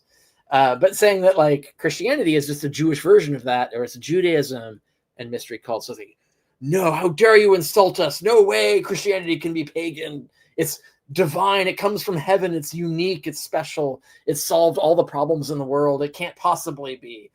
Anyway, so yeah, that's the attitude that you get. So it's hard to push against that. There are many scholars who push against it, and there's two different kinds of responses. Some as they get vilified, and others they get ignored. So I talk about this in Obsolete Paradigm. There's actually new studies that have come out that have shown that, like, yeah, obviously Christianity is based on the mystery cults. I'm doing a series on my blog. I did Dying and Rising Gods, Virgin Birth, and Baptism, showing the same thing. And I show that, yeah, there's a lot of scholarship now. They're kind of like, they're opening the door and admitting, oh, okay, yeah, we're admitting this. This is definitely, it's really a pagan thing, converted with, combined with Jewish. It's a syncretism, etc. But it's a rough pill, and a lot of people aren't reading it or don't care about it. Like they're ignoring it or vilifying it or whatever. The next one I'm going to do is the Eucharist, Lord's Meal. I have a ton of scholarship lined up to eventually do a blog on that. And there are a lot of scholars who are admitting, okay, yeah, it's almost mainstream now. That's mystery cult. Yeah, they all had like Lord's Suppers, and they're very similar, and they have the similar rules to like Paul talks about. It's obviously an influence, etc. But that's like, no, that can't be. It had to be like divinely special from God. It can't possibly be a fucking, a ripoff of an earlier product. Like, anyway, so yeah, there's a hostility there, and this is an example of how the field is full of these pressures that are based on the need to not offend Christians, even from secularists, and that affects the field's ability to sort of admit things, and that's a problem that's fairly distinct to biblical studies. There are a few close analogs, I would say, like the neo-Confederate hostility to histories of slavery. Like that's a similar kind of where you have two different cultures that will resist and oppose and vilify any suggestion that slaves were unhappy or that slavery was bad. But that's really a thing. There's actually historians who argue that. But at least there, they don't dominate the field. But whereas in biblical studies, imagine if neo-Confederates actually dominated a field, like you would hear the same kind of bullshit. But that's exactly what we're dealing with biblical studies. Yeah. And we got our final question here. That's from Little Impaler, who asks, you should do a historicity on Paul. More historians are saying Paul didn't exist. All letters are made up. That's a good question. I was, while you were discussing that last question. Mm-hmm. Yeah. While you were discussing that last question, I actually retrieved the historicity of Paul the Apostle blog, and I've got that in the description right now. So good. That also covers that. However, they mentioned that there's a trend, and this is worth pointing out, because this would never have happened 10 years ago. And I wonder, they say more historians, and that's not, they don't mean cranks. They mean like real mainstream historians publishing with mainstream peer-reviewed presses, right? This is really important to point out. So these are not fringe anymore. This is like a mainstream, it's minority view, but it is definitely now mainstream presses, mainstream scholars, mainstream universities are saying this. And I talk about that too. So I have an article, was the New Testament invented in the 2nd century, where I talk about this. I'm going to do an article on Livesey, Nina Livesey. I'm working on that as well. So this has gone mainstream. I don't agree with it. I'm not convinced by it. I think the preponderance of evidence is that Paul was real, but doubting Paul's existence is not crazy anymore. It is actually literally a multiply attested, peer-reviewed mainstream view. And there's a lot of really good studies. The studies are really good, even if you don't, like me, don't agree with their ultimate conclusion. You learn a lot from reading them. You'll get that impression when you read my article on it. So it's Marcus Vincent, David Trobish, Nina Livesey now. And so, this is no longer like an outsider crazy view. This is kind of like there are people taking seriously the non-historicity of Paul. I'm not one of them, but I respect what they're doing, and it's interesting to see that happen, because it's like it's somehow it's become safe to deny the historicity of Paul. I think the same thing is happening. Everybody's going to try and ignore it and hope it goes away. I think that's what you'll see. Like, no one's going to review these books. If they do, they'll misrepresent them and lie about them or whatever. Same thing they did to me and to Thomas Thompson and so on. So yeah. So anyway, it's worth keeping your eye on that. Like, what does the field do with these books? I suspect they're just going to ignore them and hope they go away. But it's happening. It is really a trend now. So it's worth looking into if that's a thing that interests you. Yeah, definitely. I know that there are some crank positions out there, but keeping your mind on good scholarship, from peer reviewed sources, I think is probably your best bet. not Christ before Jesus. Yeah. So no. Or Valiant or At Will. No. Yeah. Yeah. All right. So that's going to be it. That's all of our super chats and everything like that. Thank you so much, Dr. Richard Carrier, for coming by and kind of discussing all this with me, because I was totally underwhelmed by Ehrman's course. And I just hope that, people will review this before taking it, if they do take it. I don't know. I feel like it's a valuable resource, but I feel like Ehrman's not going to change at all. He hasn't updated his entire academic thing. One exception.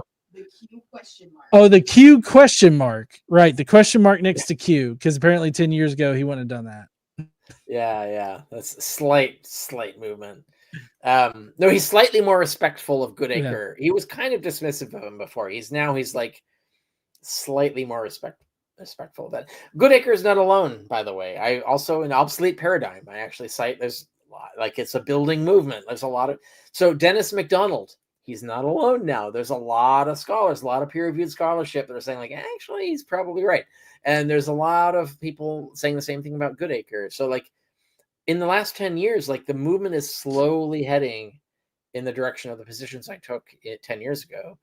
And it's the people like Ehrman are just living in the past and they're not keeping up with the vanguard of their own peer-reviewed scholarship, essentially. Yeah.